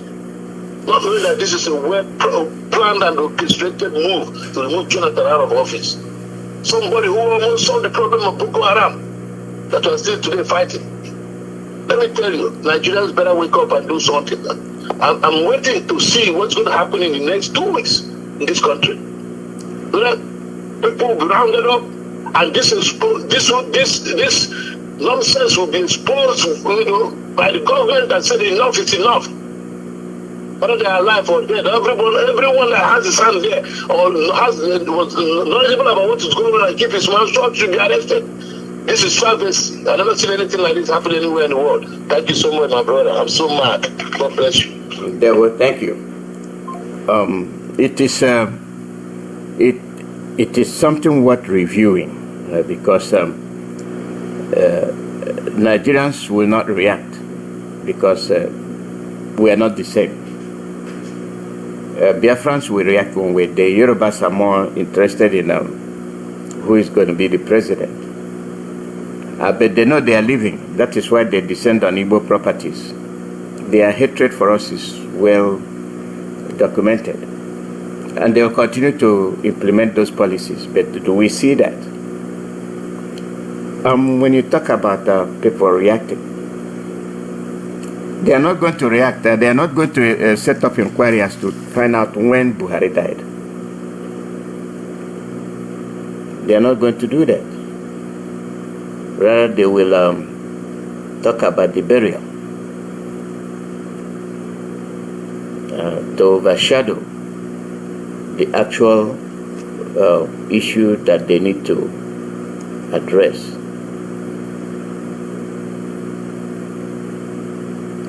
Caller, your name and where you calling from.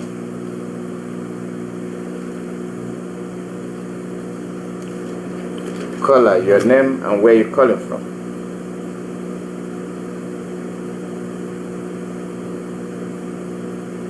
Your line dropped.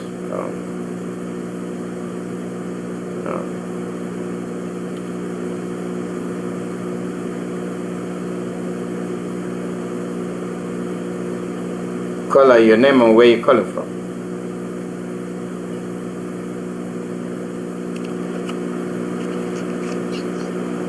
Caller, we're not hearing you. Yeah, Mazi. Good afternoon from here. Good morning and welcome. Thank you. Good afternoon to the Africans all over the world. And good afternoon to our listeners. Yeah, Mazi, You see, I thank our Mazi who have just finished speaking. I thank him so much. But I want to add something to what he said. It's surprising. Even though if an Igbo man becomes president 2027, and what is happening now continue to happen. You see these men of Satan, these men of criminals, these Yaraba Gotham media, they will open their mouth from the both sides of their mouth and be talking trash because they have seen somebody they have seen an evil man whom they talk to anyhow. So now, what is the way out? The way out is we need to tell ourselves, the Biafran nation needs to tell ourselves the truth, that we don't have life in Nigeria. In Nigeria, evil man perishes. In Nigeria, evil man have no picture. In Nigeria, evil man's dream is being destroyed. So earlier the better we start to realize this and tell ourselves the truth that the way forward is actualizing Biafra. It will be better for everybody. Thank you for giving me this opportunity. Thank you, Mazi. Ndewa, thank you. Thank you. The call number is +1 484 767 0848. We know we don't belong with them. We've done everything. What is it that will continue to alienate us into believing that we are one? What is it? There was something Ben mentioned, and I'll run a program on that maybe tomorrow or Monday. Tomorrow is Thursday. Now it didn't happen. I'll see if that program, my program will be suitable for that. But tomorrow is gonna be. I don't know about tomorrow, but let's wait. The wasted brains and the exported brains. Wasted once and exported. Caller, your name and where you calling from?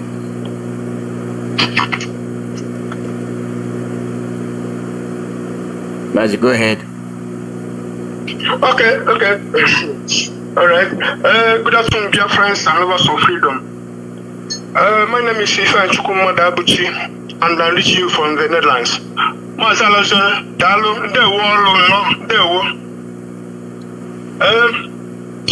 Mazi, let me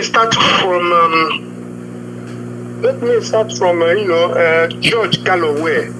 George Galloway was a British member of parliament in the Labour Party. But when he saw that the Labour Party was not doing the things he wanted and the things that they should, because the Labour Party is tantamount to the Conservative Party or Tory Party, just like the Democrat Party is the same as the Republican Party in the United States. So George Galloway went independent and went back into the House of Commons. So what I'm saying that George Galloway is hosting a YouTube and other platform blog or where what is called the mother of all talk shows, and he treats all current affairs in the East, in the West, in America, in Europe, in Russia, in China, every other place. He can preach, he can take his stand. None of those with powerful and big countries with high power, the military and intelligence, none of them have threatened George Galloway. But he touched the zoo. This will tell you why the journalists in Nigeria are useless, completely useless. Because they will be talking from both, even four sides of their mouth. They will not treat or ask questions of contemporary issues to treat it or ask the politician, cogent question so they can get real answer or made up answer that will legitimize their lawlessness. No, they will dancing around making the case for the politician and their crimes. So what I'm saying is that George Galloway, we hope that he will dig further in his mother of all talk show and bring out the question of Biafra and question of Mazi Nnamdi Kanu and the question of the current Biafra agitation championed by the indigenous people of Biafra IPOB. He's a good journalist. He's a professional. He didn't go to university, but he taught himself. If he is speaking, he was speaking Queen's English in any way anybody can understand. He's touched Israel, he talked Iran, any hot spot, he touches it and gives his own opinion. He doesn't force you to believe him or not, but that Nigeria will threaten you, will tell you all you need to know. That is not a country. It has no law. It has no rule. The rule of law. I'm angry also. Like my brothers and sisters who have spoken. The rule of law on democracy and all those niceties are nothing to them. They just bully you and threaten you, but they are backing at the wrong tree, because George Galloway have dealt with the international issues and very powerful countries, and not Nigeria will shut him up. And so it is good that I'm very happy, my brother Mazi Alozie, that you have, you reach. You are following George Galloway to know things that he treats. Myself, I don't. Our people should stop getting their information from CNN, Sky, BBC, and all those mainstream. These are what they use to tie our people's brain, just like they took the question of religion or the foreign religions to tie our people's brain so our people cannot think straight. Somewhere they use this mainstream media, paper and online and TV and all whatnot to change their people. They change their people. If you're sitting in Nigeria or any place thinking that Europeans and Americans are free thinkers, the government use their media to direct and control their opinions. And so, but not George Galloway and the Biafrans who are already liberated and who are already living in renaissance, living in rebirth of mind. And so, we move. There was a press release by IPOB yesterday that Nigeria, after seeing what happened, the death of so-called Buhari, and then they brought him home, or so-called, and then our press release said that they should apologize to our leader. Yes. It is true. They have to apologize to our leader and the whole of IPOB. That is one. And because our leader too, I don't know if many people have gotten this press or read it or revisited it. When our leader said that after 2 years of the term, the 8 years term of Buhari ending, that after 2 years they'll tell you that Buhari has died, in order to bury their lawlessness and kleptomania they perpetuated since 2015 when the original Bubu came to power. Now they want to bury it. So nobody, if you ask, they say the man had died. Now what do you want to do? And forgetting. Mazi Alozie, Madone, one of our contributors, how many heads of states even have condoled Nigeria with the death of this whoever he is. Even the owners of Nigeria. Did you see Keir Starmer, the Prime Minister of Britain, the Keir Starmer? He's not there. His foreign minister is not there. Nobody, because they know the fraud, because they are complicit and implicit in the fraud. Anyway, so the fact that I have to apologize to Biafrans and to Mazi Nnamdi Kanu is sure. But then, after apologizing, you have to make a change, because apology without a change is nothing but deceit, according to Noam Chomsky. So you have to apologize to us, and then you give us what is called redress. That is legal and lawful settlement and of an aggrieved. Why do you do that? You release all our prisoners of conscience, head of whom is our leader, Mazi Nnamdi Kanu. You release him, you release Biafran agitators that are also equally prisoners of conscience, and then you give us referendum. We don't want your trouble. You have been treating us like subhuman, but we want referendum to separate from you, to separate with the most democratic and most peaceful means of settle political dispute of union or no union. Give us that referendum if you want, if you claim to be civilized. And I call it. Anyway, I guess one thing else I want to touch is a contemporary issue concerning Igbo. He was responsible for all the killings and kidnappings happening in Igbo land. 99.99% in quote. Is that true? If that is the case, let's assume but not consider. That means that the killings that have been going on in Gobe, the north, the original Gobe, whose trying to have taken and renamed Sokoto, you call Yobe, then you come back to Katsina, and then you come to Kaduna. Before you go to Nasarawa, you come to Plateau, you go to Adamawa, you come to Benue, which means it is the indigenous of those places that have been wreaking havoc and running amok across the place. If that is not the case, then anybody that suggested have wronged Biafrans, have wronged Igbos, that he did wrong us appear in this, because these killings of those states I've just mentioned, starting from Benue, our very neighboring state, before you come down to Ebonyi, Kalaha, and Obochi, before you come to Enugu, Ihamufu, and what do you call it, and Ozuwani. Before you come down to Anambra, you call Okeja, you call Ihala, you go to Imo, all of Imo State. Which means the man who said that all the people,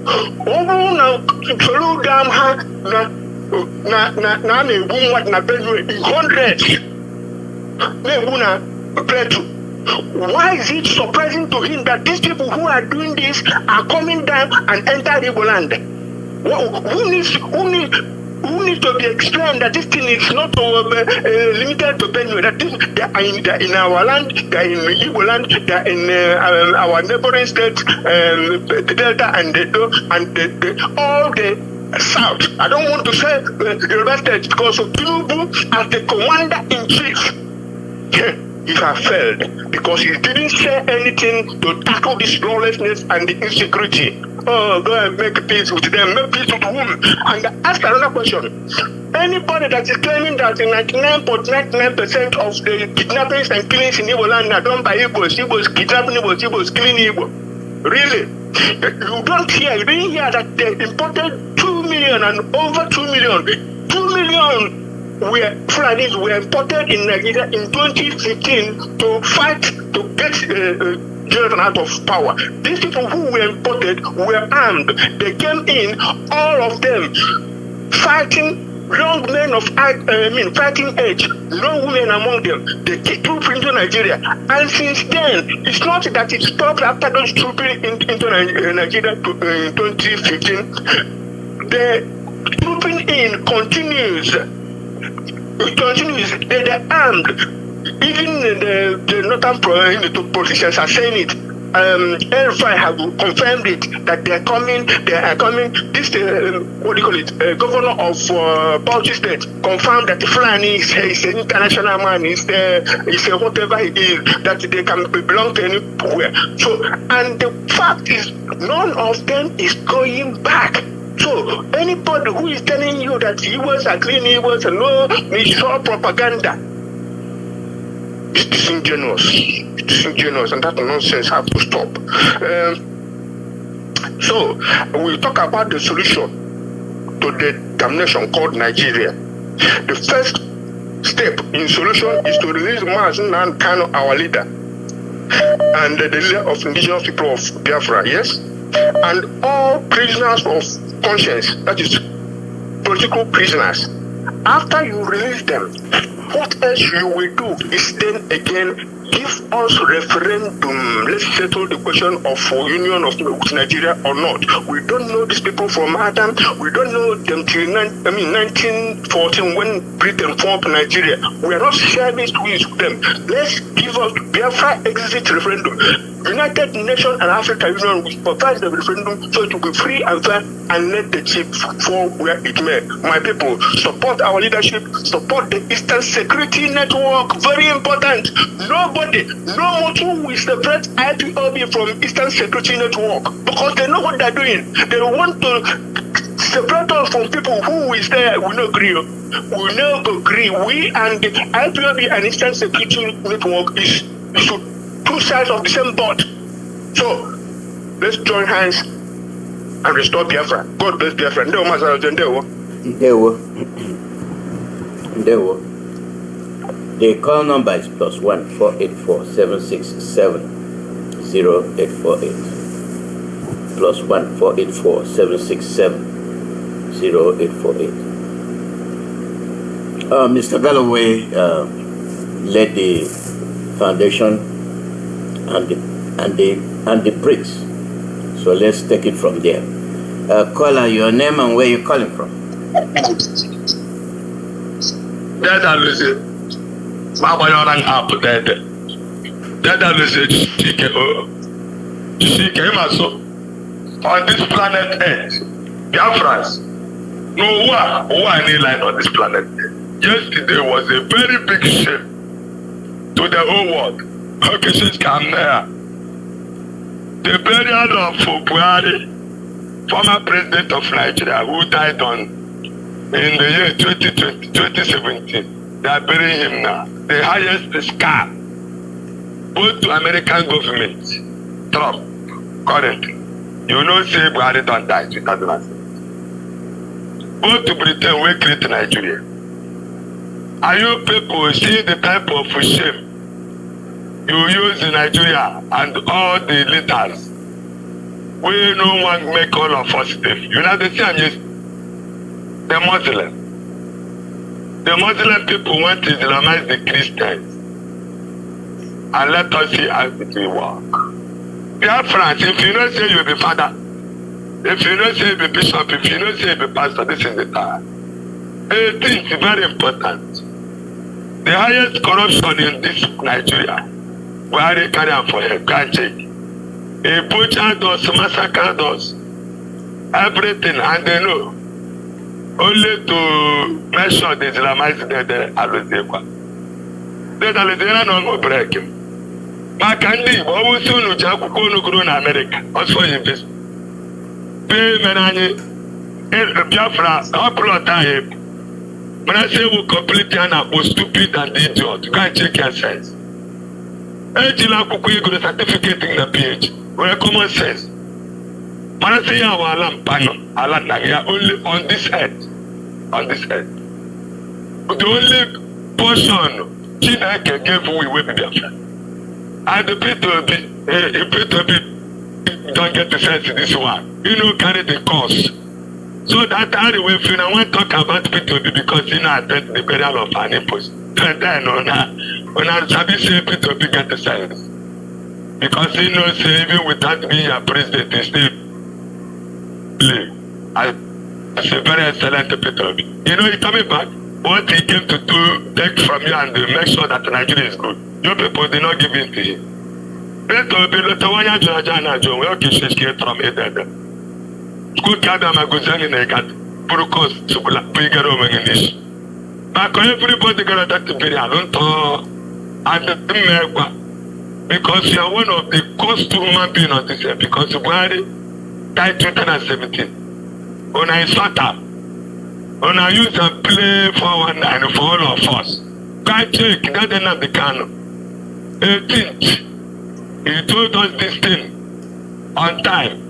You people say no, make gonna kill him. They kill him. They are savior on this earth. Anywhere, every fool and Irish day. You see our leader on the 18th, the tell both the state, I say make the religion. No man. The only human being on this planet Earth that is the son of the Most High. Go and check. One bank catching egg, one bank I did Nnamdi Kanu.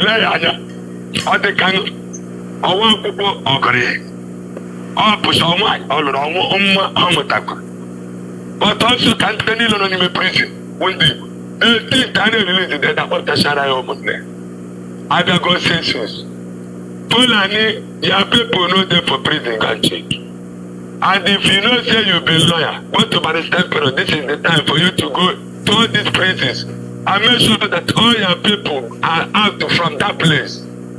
Guys, you don't know Kenya and Nigeria.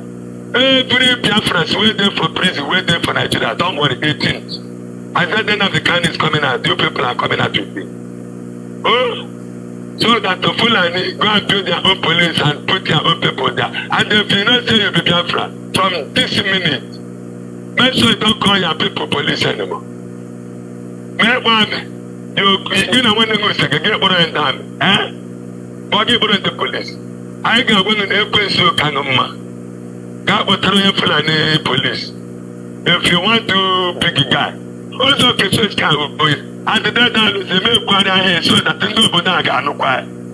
I don't know, the demon is satellite on. I learned my point one government. All the rural areas, rural road waiting for this place where patients can be. 18th. Tell all your politicians about their speaker. Every road.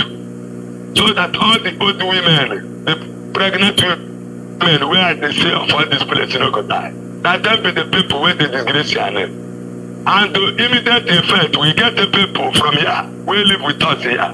Where we go present for you, we go to represent us. They don't get life. No transformer. Go check it. I gave them, I removed $200 billion from them.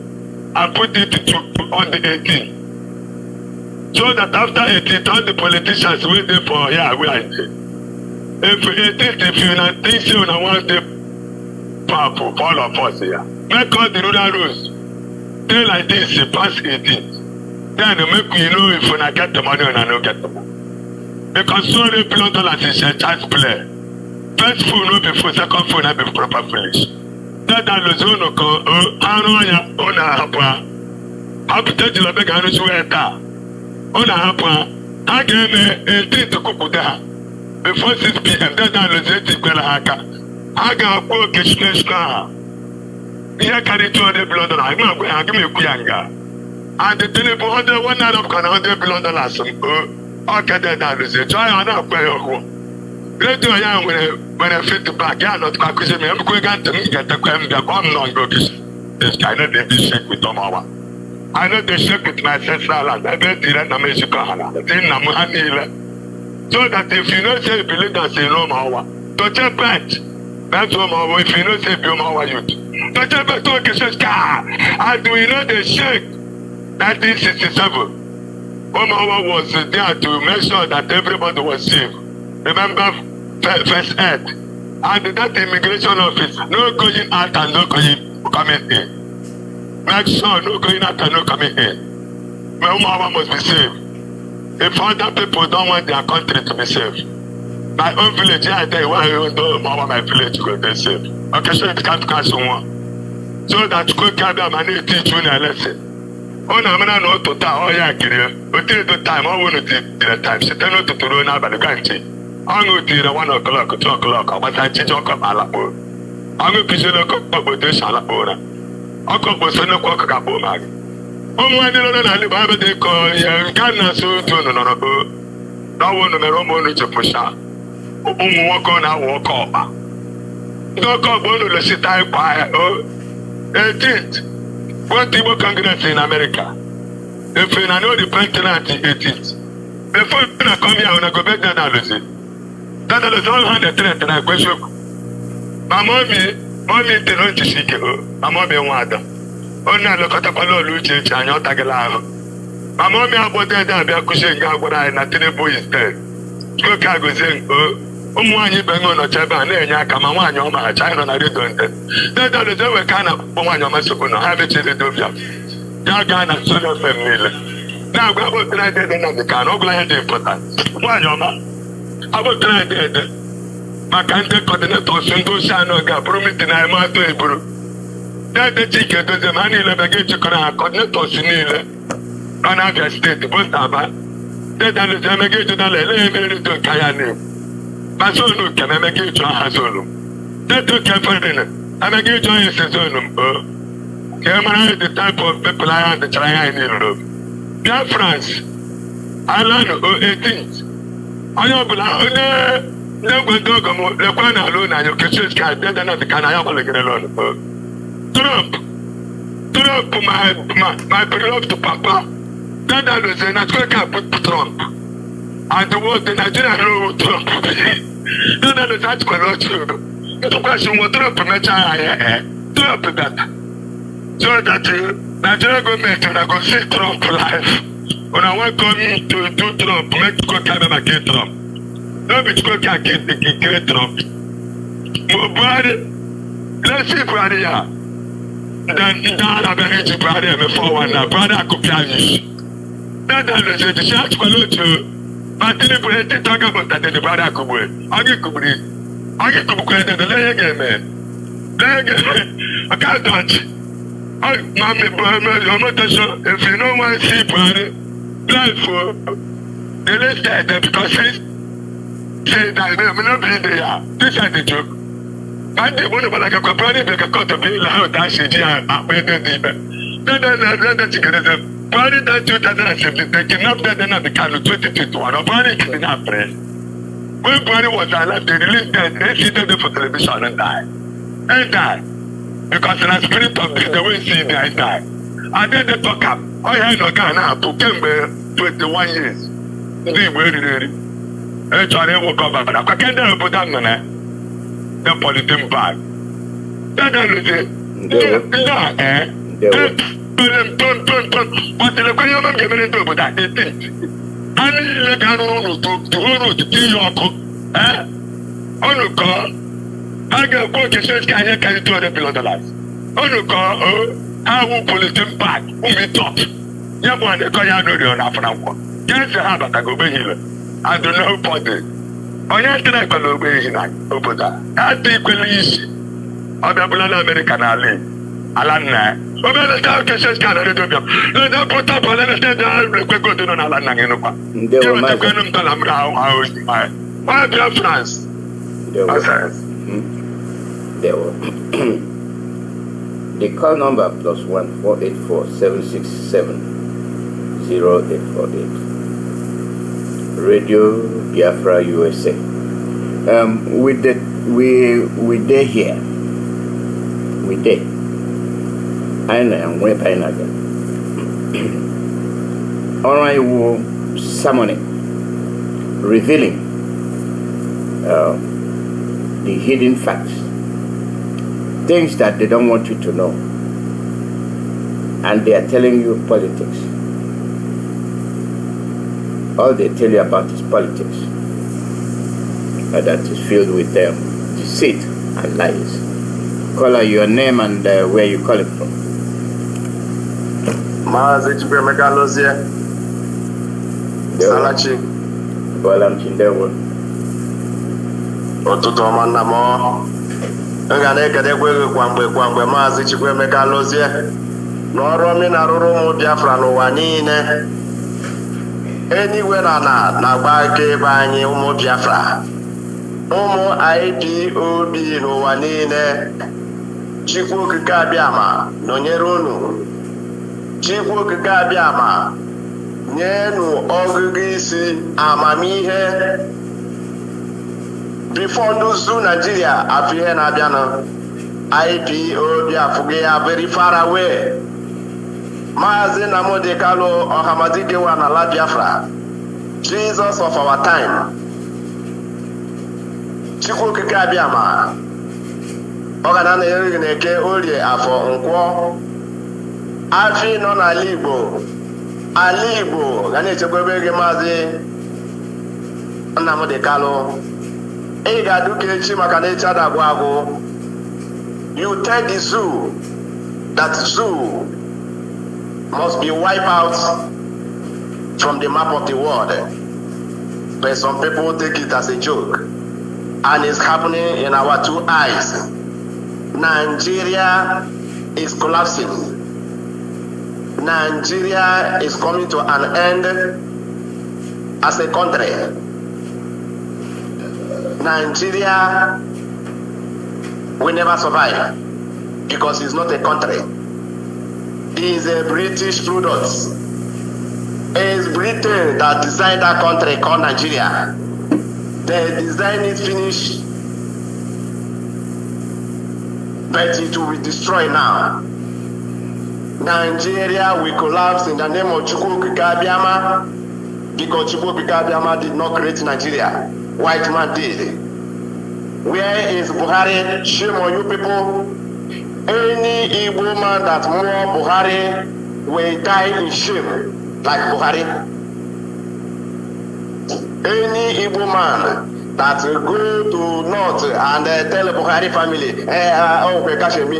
you will die in shame. We are not Nigeria. Nigeria come to kill IPOB. Nigeria did not come to save us. Nigeria come to wipe Igbo people away and take their land. If you people don't understand what is going on in this world and in our land, we are not safe. Enemy left and right in our land. Our enemy are not sleeping. Dangote trailer is coming to Biafra land every minute, every day. Bringing people we don't know where they come from. Bringing terrorists. How Dangote only will be a rich man in Nigeria. A Fulani that is not from Nigeria will come to Nigeria become a billionaire. Why Igbo land that have resources that make Nigeria, no Igbo man is a billionaire. And we have the resources. We have everything to become rich people like Saudi Arabia, like Qatar, Dubai. But look at Igbo land today. Look at Igbo land, no 50-story building in Igbo land. But we have the money, we have the engineers, those that call themselves engineers. They went to school, they went to university to learn, but nothing on their head, nothing. It's only English. They know how to speak. Only English they know how to speak and be deceiving our people with Nigeria. With Yoruba media Gota, Yoruba channels and Rising TV. These are the scammers media we have in Nigeria. Anybody that believes what these people are saying, you are doomed. Without Radio Biafra, without Mazi Nnamdi Kanu, in fact, you are just dead man like Buhari. Without listening to Radio Biafra, you think a Rising TV or channels or AIT will give you good news? Terrorists will take over your land. Because they are pay agents. All those medias you see in Nigeria, they are pay agents. They have programmed them. That is why he called program. They program them to say what they want to say. Look at our sister in CNN. Aisha, what is in name? She don't have Igbo name.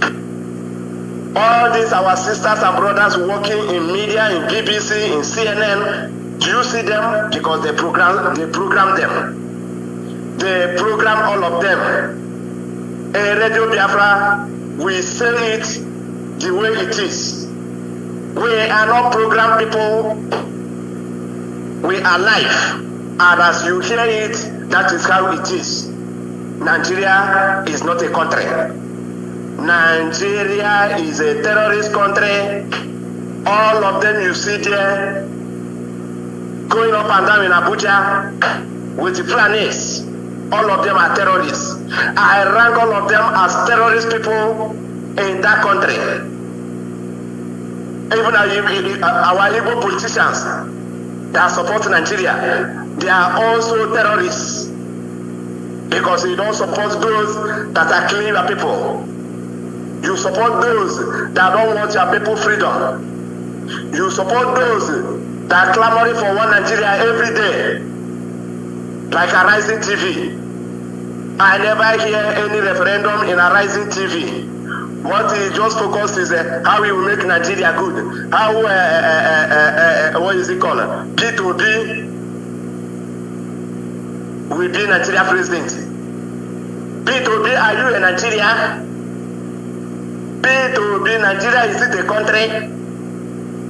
Mad people everywhere. With a job up, you have a country, Nigeria. What is Nigeria? What is the meaning of Nigeria? Our leader have asked you people several times, come out and tell me the meaning of Nigeria. Monkeys are bamboos.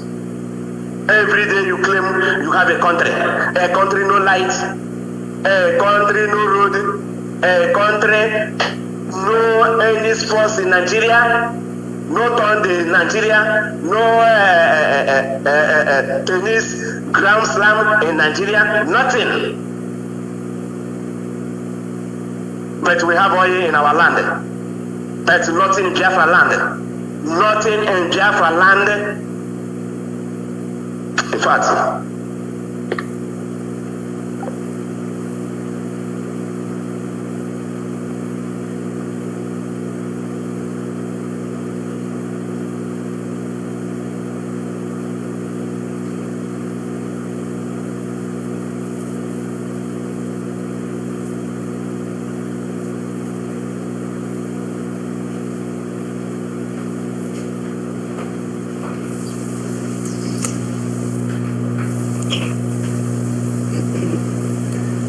we are headed towards the end of our program.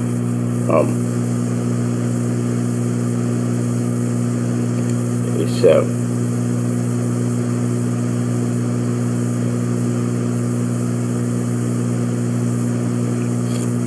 this number I'm looking at.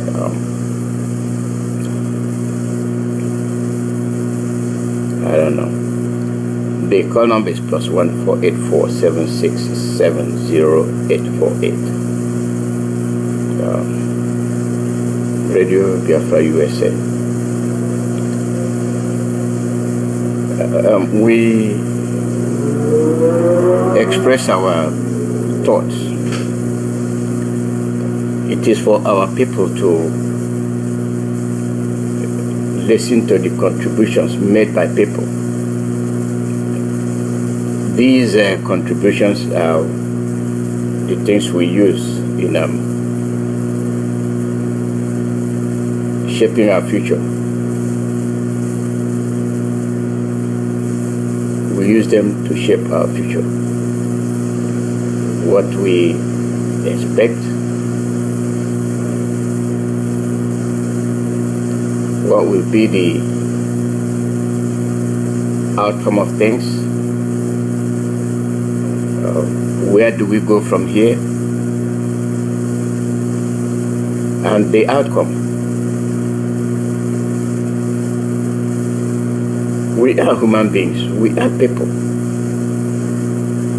and need to be treated as such, and not as animals, because there are people that feel that they are more important than you, and you belong to a certain class. So it is to the colonizers, those that colonize us. Mr. Galloway made his point. I expected our people to zero in on what he said. But as usual, we shy away from the truth. We shy away from the truth. And we expect them to bear our problems. We expect them to carry our issues.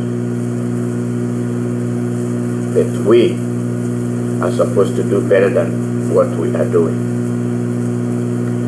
Call out your name and where you're calling from. Yes, I'm hearing you. Go ahead. Okay, I'm watching it. Let's go to them. Continue to bless you. It has not been easy standing as a veteran doing the needful for many years today, trying to educate our people and also making our people to understand our situation in Nigeria, that it doesn't matter how you serve Nigeria. Mazi Nnamdi Kanu said it. He said, any of our people that go and serve Nigeria will come back with shame. And it's happening. Before I continue to say everything I have in my mind, since I've been listening to your program, Mazi Alozie, let me introduce myself. My name is Mazi Iyke. I'm calling from Austria, and I'm serving the indigenous people of Biafra at IPOB Austria National PRO. Mazi Alozie, the truth is that if POB cannot learn from what happened to Nnamdi Kanu, cannot learn from most of our people who went to go and serve Nigeria, at the end of the day, what Nigeria paid them, give them back as a reward is put shame on their faces. If cannot learn after the Buhari, the Segun Shagari, after Buhari overthrow Segun Shagari, earlier 80s, and also arrest our brother. Instead of arresting his brother Shagari that is the president, he went to the vice. If people cannot learn from me, then anything you see in Nigeria. Why we are saying this in that? Let this guy not go carry problem when we make this will begin to attack our people. 2027 again. He should remove himself in anything concerning Nigeria. Look at after all this shenanigans, after all this criminality and shame Fulani has brought to Nigeria by a dead man that died in 2017, Buhari.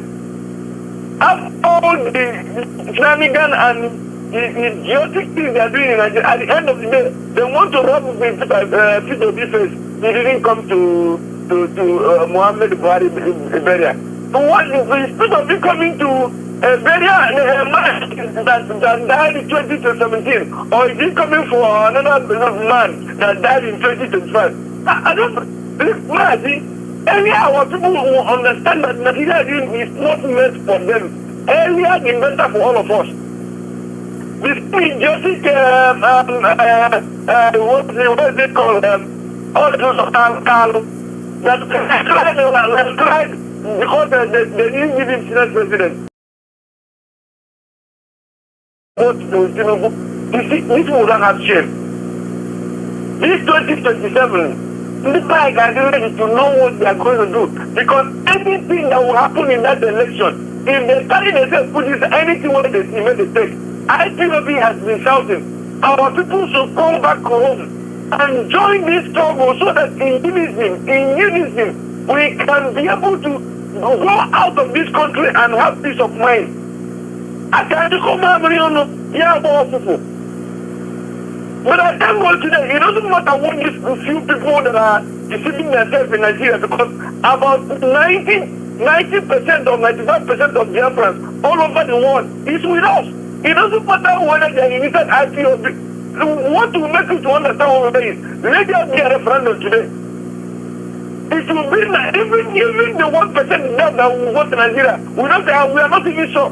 Because anybody that with his right sense of mind can never take a vote, said, I want to vote to remain in Nigeria. To remain in a place they are killing you, remain in a place whereby if anything happens, your life will go for it. Remain in a place whereby if there is a problem in the north, if people will be a sacrificial land. Remaining in Nigeria, whereby if anything happens in the land, they will go in your shop, kill you on top of it, destroy your businesses, you will start afresh. Remaining in Nigeria, whereby they never give us a business place. And all this time, the leg of Nigeria is in the neck of every woman. This is why we are running out of that country. Because the country is overtaking all of us. And these are the reasons. We said we cannot go running away. It's either we get our land or all of us will die with Nigeria. Because it makes no sense that we are living in a country that didn't accept us. Make life better for the people. No. The same Buhari that killed the protesters in 2020. People today are running up and down. A man that gave a command to go and kill protesters in Haitians in 2020. The same idiotic Nigerian that he killed in 2020. I still talking about the death of Buhari, the man that killed them. Kill them. Give a command for him, the imposter. Through their own brother called Tinubu. Tomorrow, when the same Tinubu die, the same is like idiotic Nigeria that he gave a command to kill in the Lucky Target. We will sit and bless him and say, let's remember him. That's it. And look at this country and about Nigeria, eh? And in that, even now, under Castro's spell, I've never behaved like this before. We are shouting. Earlier the better. Like the government goes so fast to go protect Mazi Nnamdi Kanu. And releasing unconditional is supposed to go. Because they are holding an innocent man. I said it. The more Nigeria is holding Nnamdi Kanu, the more calamities will be falling upon them. And when you want to have a mega there's nothing that will put their hand that will work. Because they are holding a prophet. What was his crime? Because he spoke the truth. Because he brings the evil Nigerian government is doing to the face of the world. That was his crime. Allow me to go? No. Let's make it a peace? No. Rather they came to his house to come and kill him. On that process they killed 28 people, over 28 people. Can you hear me? What have we done to Nigeria? They are bringing Fulani now to come to our land, to come and take over our land, or to occupy our bushes, to begin to kill us again. Mazi Nnamdi Kanu said no, I killed the Christian ESN. To make sure that this people will not overtake us one night and begin to slaughter us the way they are slaughtering people slaughtering the black people today. Is it the crime of Mazi Nnamdi Kanu? The whole world should stand up. Our hands are clean, Mazi Alozie. Our hands are clean. They should allow us to have peace. We are not asking to touch the land of Yoruba or the northern state of Nigeria.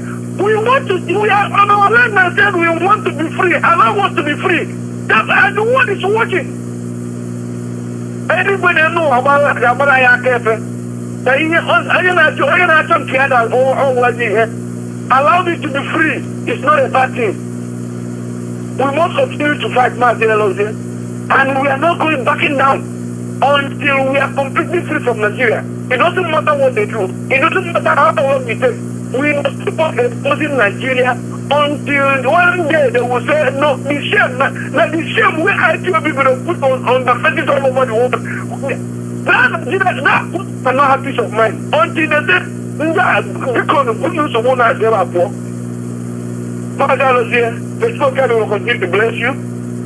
Give you the strength to keep on doing this work. Sometimes we know it's not easy, but we are very proud of you. And Mazi asked Peter for the good work you are doing for your people. Let's go continue to give you the strength in the name of Let's go Biafra.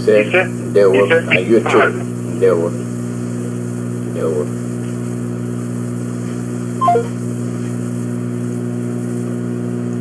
They know the truth. The evil that befalls them, the evil that covers them, the evil that rules them make them not embrace and implement the truth. It is evil act, and it will continue until the day they say enough is enough. Until the day they'll be able to find their footings. Due to hatred, you drag down 200 million plus people. And to impress yourself, you term yourself giant of Africa. And today, Mr. Galloway is telling you that you are useless, you are brain dead. If you will allow such a president to represent you, it is a big talk.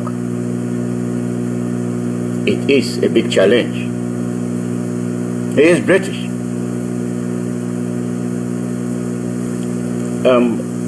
In contrast, those that are benefiting from the spoils of their government don't even know you exist. They don't know you exist. They have given them impression about you, that you are wretched, useless, and don't even have homes. So how do you expect them to question their government where they get their money from? How are you going to get your money from a wretched country like Africa? And that is why they show them the killings, which they are sponsoring. And if we have more of the Galloways, we have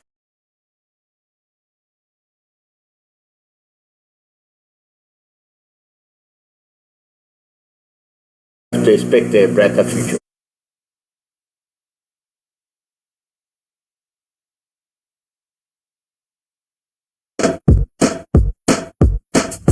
This thing not that good, oh. I say it not good, oh. This thing not that good, oh. No one knows tomorrow. Oh yes, oh yeah, make una open una ear. Hear this one. This one now for EEDC, oh. EEDC want defraud Southeast with exorbitant electricity bill with no adequate power supply. On top the matter be say, they no go give prepaid meter to their customers, but them go give illegal high estimated bills. They no want know if lights dey or e no dey. Instead of them to fix am, they go force people to pay the bills where they no use, or them go cut the lights. I wonder how communities go use contribute money, buy their own power transformer, buy electricity cables, and yet pay huge amounts of money to this Obodo Naija corrupt EEDC, but they no go gree connect or bring the lights. Even when they dismantle to repair community transformers wey spoil, they no go repair or return it to the communities. This issue don tire people. Anambra State Governor Soludo, in don pay 100 billion naira to Emeka for an EEDC. This matter dey under agreement to provide light to 24 hours light to, but from March 2023 until now, Anambra State still dey for darkness. Emeka for don frustrate other companies wey wan give us light. The koko be say EEDC na the reason why Southeast no dey develop. This thing no dey good, oh. I say it no good, oh. This thing not that good, oh. No one knows tomorrow. Everybody, and welcome to another edition of the KTH 910 a.m. interview of the week here on the Guadalupe Radio Network in North Texas. I'm Dave Palmer, and Cecil is running our board. Thank you for being a part of our audience and listening. I enjoy the topics that we talk about in this program. This particular program is being recorded on Wednesday, June 19th, which is significant because it's Juneteenth, and that is called National Independence Day. It is the ending of slavery in the U.S. That is what it commemorates.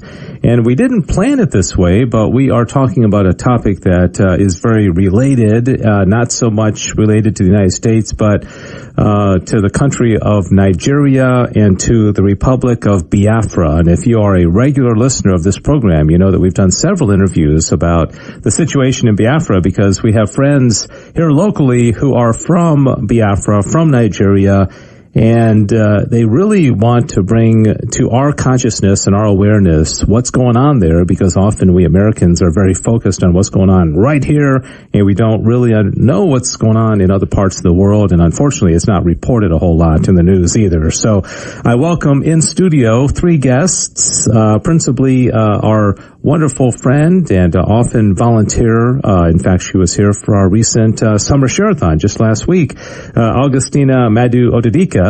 And also I have with me Charles Owuzie and also Chioma Marcel. And I hope I pronounced all those right. And so welcome to each of you. Thank you so much for being here. I know this is a very important topic, something that you all feel very passionate about, and I hope we can convey that to our listeners so that they can pray and support the effort as well. So let me start with you, Charles. And for those listening and maybe just learning about this for the first time, let's provide a bit of a history lesson starting mid-40s, 1940s, with the country of Nigeria, the region of Biafra. Can you give us a little bit of history from then to now, if you could, in a few minutes?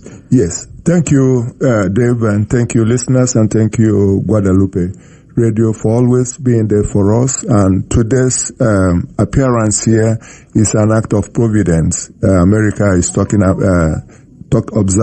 emancipation. And somewhere in West Africa, in Nigeria, to be precise, people are not free. A lot of oppression. Quickly to your question, sir.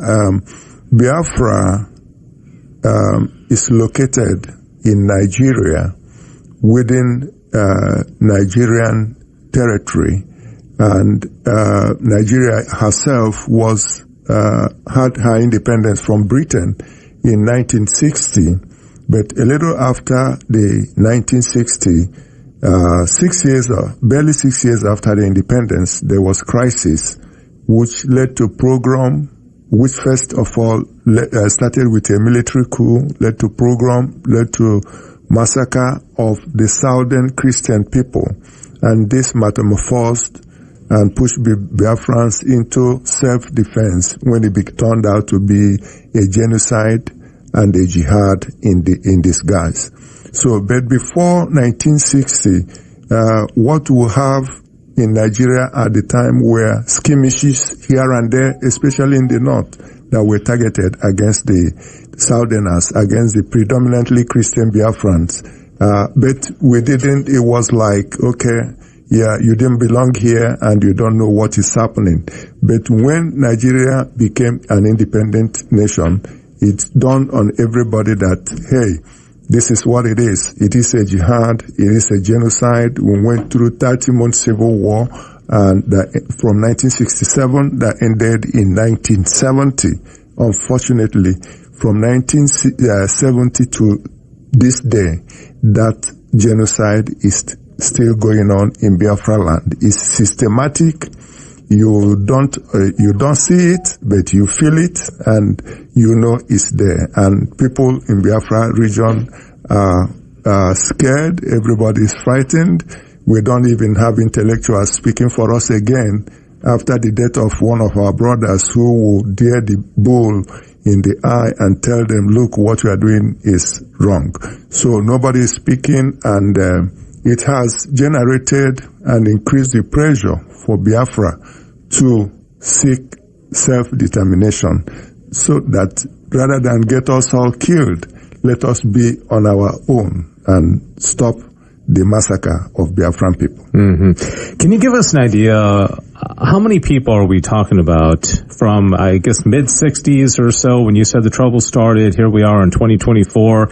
We talking about what is the population of Biafra, and how many people have lost their lives, approximately? Between 1967 and 1970, you are looking at 5.8 million Wow. Yes. And out of this number, a colossal number of 3-something million were Biafran children that died out of malnutrition because Biafra was blockaded both land and sea. And I recall that in the process of that genocide, an American citizen here by the name of Bruce Mayrock burnt himself in front of a United Nations, and he said, no, if this cannot be happening to people, human beings like himself. And even Steve Jobs stopped going to church because of the Biafran massacre. So from that time till now, you're looking at about 10 million people because they are killing us systematically. The ones we know is the ones we talk about. And during that first war, the British Broadcasting Corporation never allowed the news of Biafra to get out the way it should. But today, to the glory of God, we have social media and we have a place like Guadalupe Radio. So once in a while, you give us opportunity to come and let the world know what we are going through. And we are eternally grateful. So. Yeah, thank you for that synopsis of the history. That makes it a lot more clear. Augustina, if I may ask you, we talk about the North being primarily Muslim, the South being primarily Christian, but then you also have this region of Biafra. So, well, how is Biafra different from the rest of the South? If we simplify it and say Muslim North, Christian South, well, what's unique about Biafra itself? Biafrans are Igbo Christian people, and we reside mostly in the southeast region of Nigeria now. Okay. So the west part are the Yoruba people, and Yoruba people is a different nation. Biafra nation is different. Oduduwa nation, that's what they call the Yoruba people. But then we are separate and different from the northern region that are mostly Arewa region, and they are mostly Hausas, Thieves, and other ethnic groups. The Fulanis, who are the jihadists and the terrorists, are actually not indigenous to the space we call Nigeria today. They came from the Sahel, and they took over the northern part of Nigeria, and they have been killing, systematically taking over the northern part of Nigeria, and they have made the northern part of Nigeria Muslims. They have converted all of the northern part of Nigeria into Muslim nation now, and they continue to recruit those people who now live in the northern part of Nigeria to continue the genocide. But who they are after usually are the Christians, and the Christians live in the south. The Yoruba people are Christians, the Igbo people are the Biafran people, who are in the east are Christians.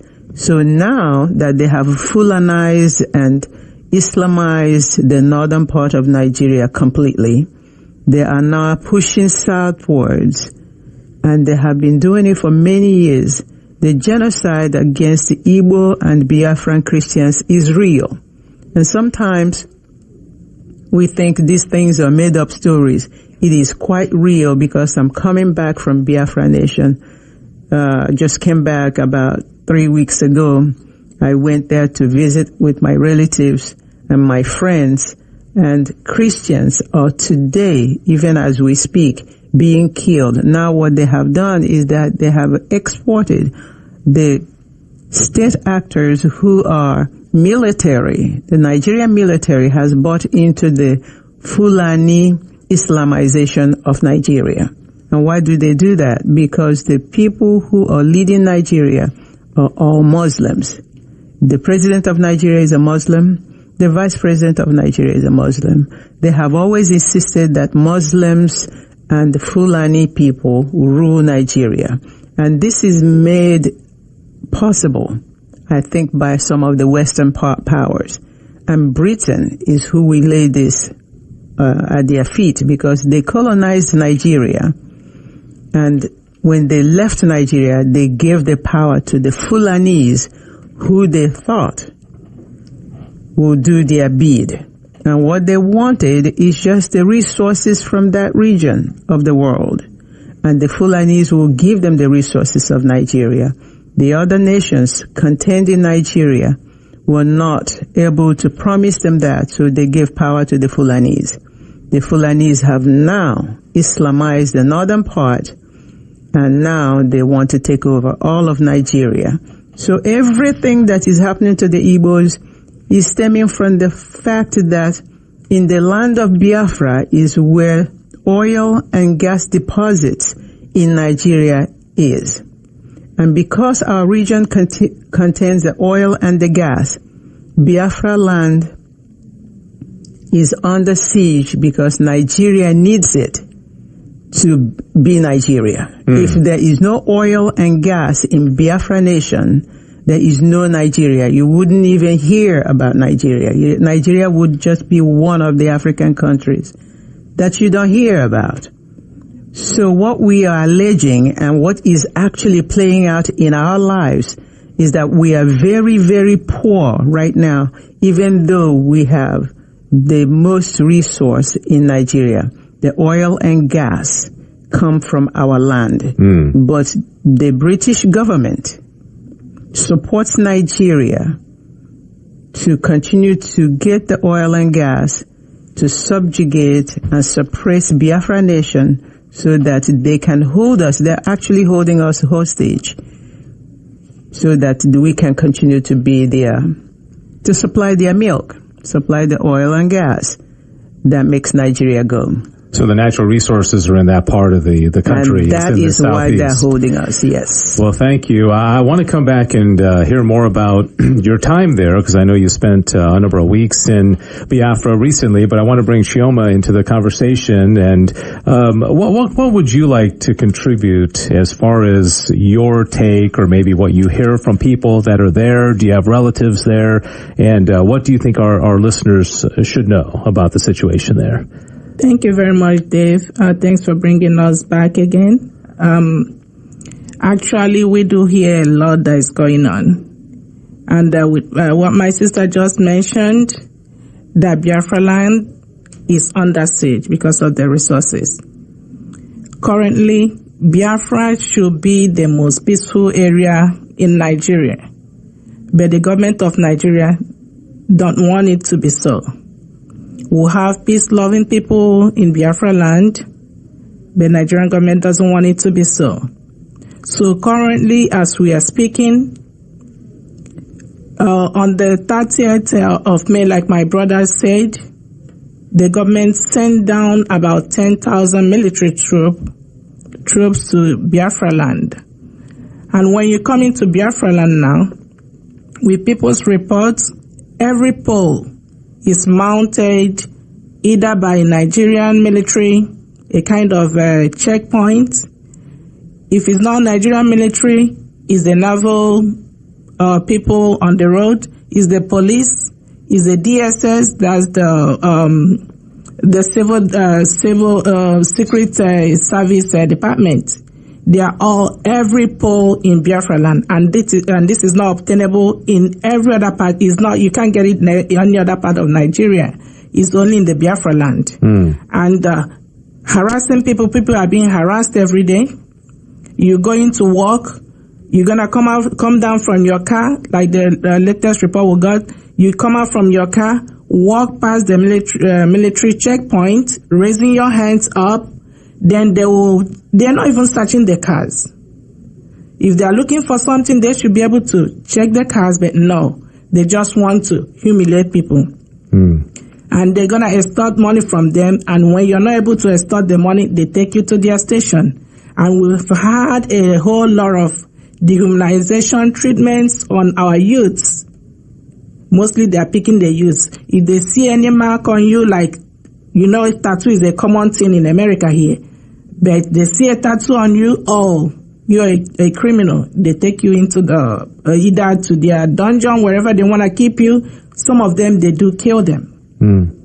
And you don't even hear anything about your family member. You don't know whether he got to work, or you know that he didn't come back that day. And you don't even know where to look for the person, because you don't know if he was, I won't call it arrest. You don't know if the person was abducted by the military or the DSS or the police, so you don't even know to look for your loved one for. So these are a kind of events that's going on in Biafra land. And now they are pushing down to establish their Ruga in every community, in not just in Biafra land, other parts of the south. And when they call that the Ruga, they call it like a kind of community for the Fulanis. And these are bloodthirsty human beings. Like an example of that, one of our ex-governors did give them, establish that for them, just to get them in, thinking they were nice people. But what did they turn that area to? They turned it into shallow graves. Because they kidnap, they kill people, they bury them carelessly, and the newest governor, they bumped into that place and they saw thousands and thousands of skeletons of people who are a whole lot of evil going on there. So that place was sealed. It's sealed for now until they find out what happened. How did these people get killed? What happened? How did they get to those areas? So these are the atrocities that is going on with the whole police and the military checkpoints. They say, oh, they are coming for security, but it's not for security. They actually, the people bringing in security to the southeast, because they know it's supposed to be actually a peaceful area, but they don't want it that way. They want us to be maybe having all these disturbances, distractions. Why, like my sister said, British government is extorting the oil in our backyards. Because the Biafrans are like, we don't want to continue with this. We are tired of being dehumanized. We are tired of being killed. We are tired of being extorted, money being taken off from us every time. The government, there is no government, there's nothing to show government presence in Biafra land. No road is built, no hospital, no good hospital, no amenities anywhere. But you come in and send your military, they're extorting money from our people. They go to the last time after the 30th of May, when we try to remember our dead ones in Aba. Now we're hearing some markets are shut down. So how do you want those people to live life? How do you want them to? They can't go back to the market, and the military is telling them until they pay them 2 million naira. Is it 200 million or 2 million naira that they are asking from the marketers to pay before they will be able to go back to their shops? Yeah. And how do you expect those people to live? So these are some reports we are getting from back home, and it's just so heartbreaking. Yeah. And we feel so bad that the world is not coming in. Actually, I know some of them that are listening, that are hearing what is going on. We don't know why they are not being able to react to it. Like my sister said, the leader of the indigenous people of Biafra, who is still incarcerated in their dungeon, is a British citizen. But they're not doing anything. Britain is not doing anything about it. Well, thank you for that report. It sounds like it's very dire there. Let me ask Charles a question, then I'm going to come back to Augustina for her, her own report, having been there recently. You all are all Catholics, and we talk about the Christians in the South. Well, first quick question is, are there Protestants there? Are the Christians all Catholics? Are there both? And also, what is the church doing as far as the organized Catholic Church? Is the church trying to make a difference there? Charles, can you mention that? Sure. There are other denominations or church tradition, but predominantly you find Catholic and Anglican communion competing. Then there are also Pentecostal, evangelicals. They are all in that place. And for some time, we had hoped that with the people we have in the Vatican, because we have our brother, who is Cardinal Arinze, in the Vatican, that they should be speaking up about these things. If they do, we are not seeing the sign. We are kind of left. And the other church traditions, they talk, but they are not effective. Some of the big churches are in the West, and today in Nigeria, somebody from the West is the president. So rather than speak truth to power, they pamper him even when Nigerians are eating from the dustbin, even when people are being killed, nobody pays attention to them. Yes, but let me make this little point. Nigeria today should be at war with terrorists, Boko Haram and ISIS in the north. Last week, they came into a village and beheaded over 500 people. The terrorists come and hold meetings with natives and tax them, mount their flag. But Nigerian army is not going after them. But they are in the south, in Biafra land, extorting money from people, harassing our youth. Most of our youth now, they're all in hiding. They run away because you see a young man, you know the way they dress. They can wear tattered jeans or something like that. They say, hey, you are a future Biafran army. They will just pick him up. If that one is not lucky, that will be the end of his life. So that is what they are doing to our people. The churches, I don't think they are doing enough. They feel intimidated. The former president was there for 8 good years, and he never stopped.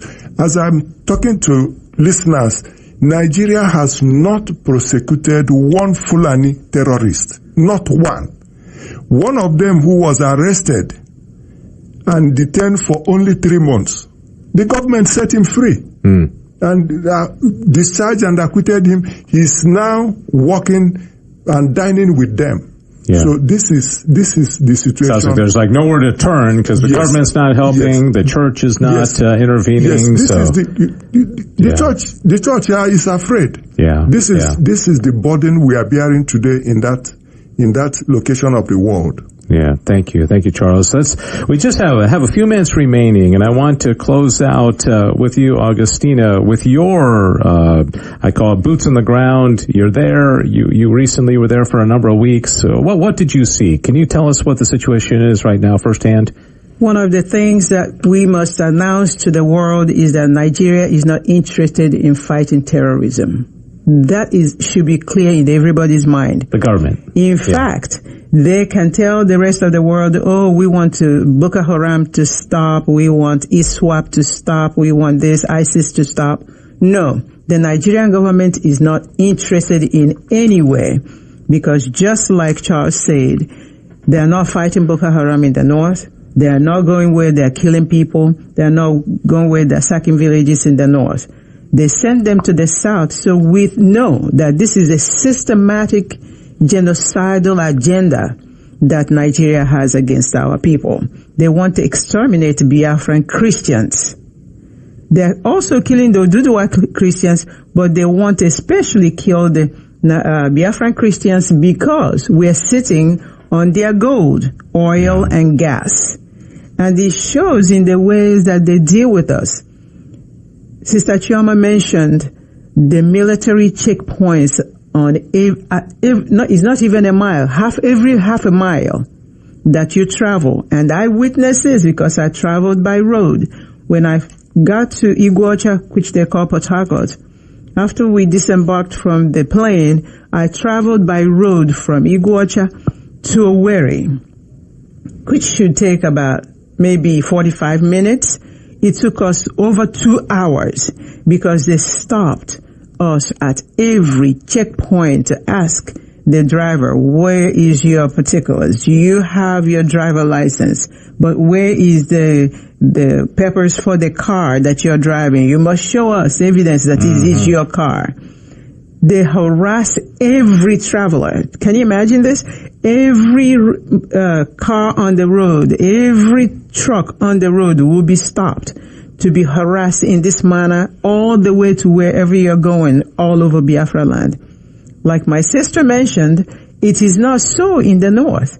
It is not so in the west. They only come to our place to do this because there is a systematic subjugation going on.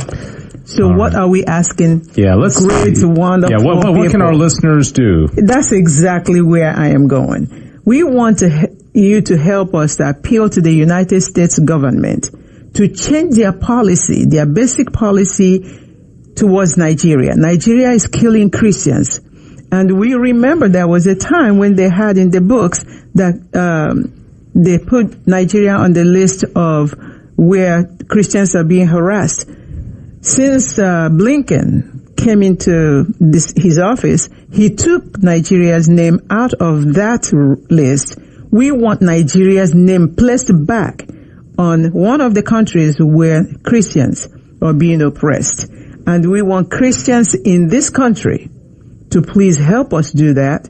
But not only that, pray for the people of Biafra, because our villages are sacked daily. Our youths are being killed daily. They take us to prison without any question. Any one of those motorists can be taken to a jail. And is there a website or something that people can visit? There is a website. You can go to www.ipob.org.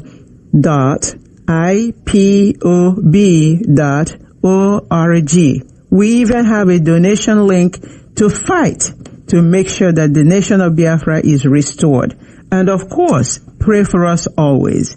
And we can conclude with a prayer. Oh, yes. Thank you very much.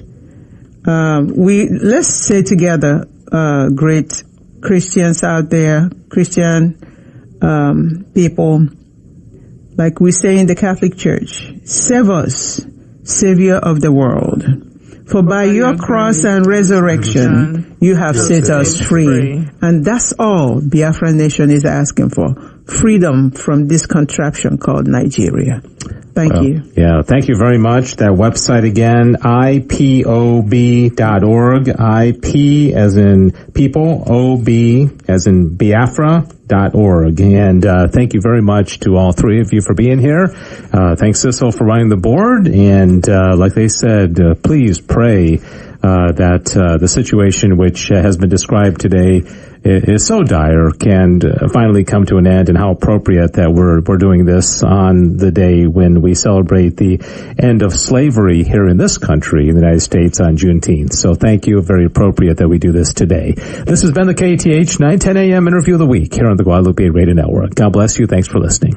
Thank you. Welcome to IPOB Rapture Media, IPOB Call to Action, Biafrans Return to Farming, Invest in Agriculture. Have you ever paused to question the importance of self-sufficiency in food production, food self-sufficiency, or the ability of a nation to feed its own people from its own resources, plays a pivotal role in securing a country's future? It's more than just filling our bellies. It's about nourishing our economy, our workforce, and our independence. Imagine being at the mercy of external sources for your daily bread. It's like a constant game of tug-of-war at where your sustenance is the rope. Any moment the balance could tip and you'd be left scrambling for resources. This reliance could pose potential threats to national security and economic stability.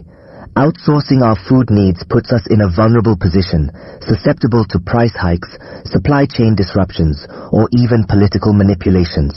But let's flip the coin and look at the benefits of self-sufficiency in food production. Firstly, it empowers our economy. When we invest in agriculture, we're not just planting seeds in the soil, we're sowing the seeds of economic growth.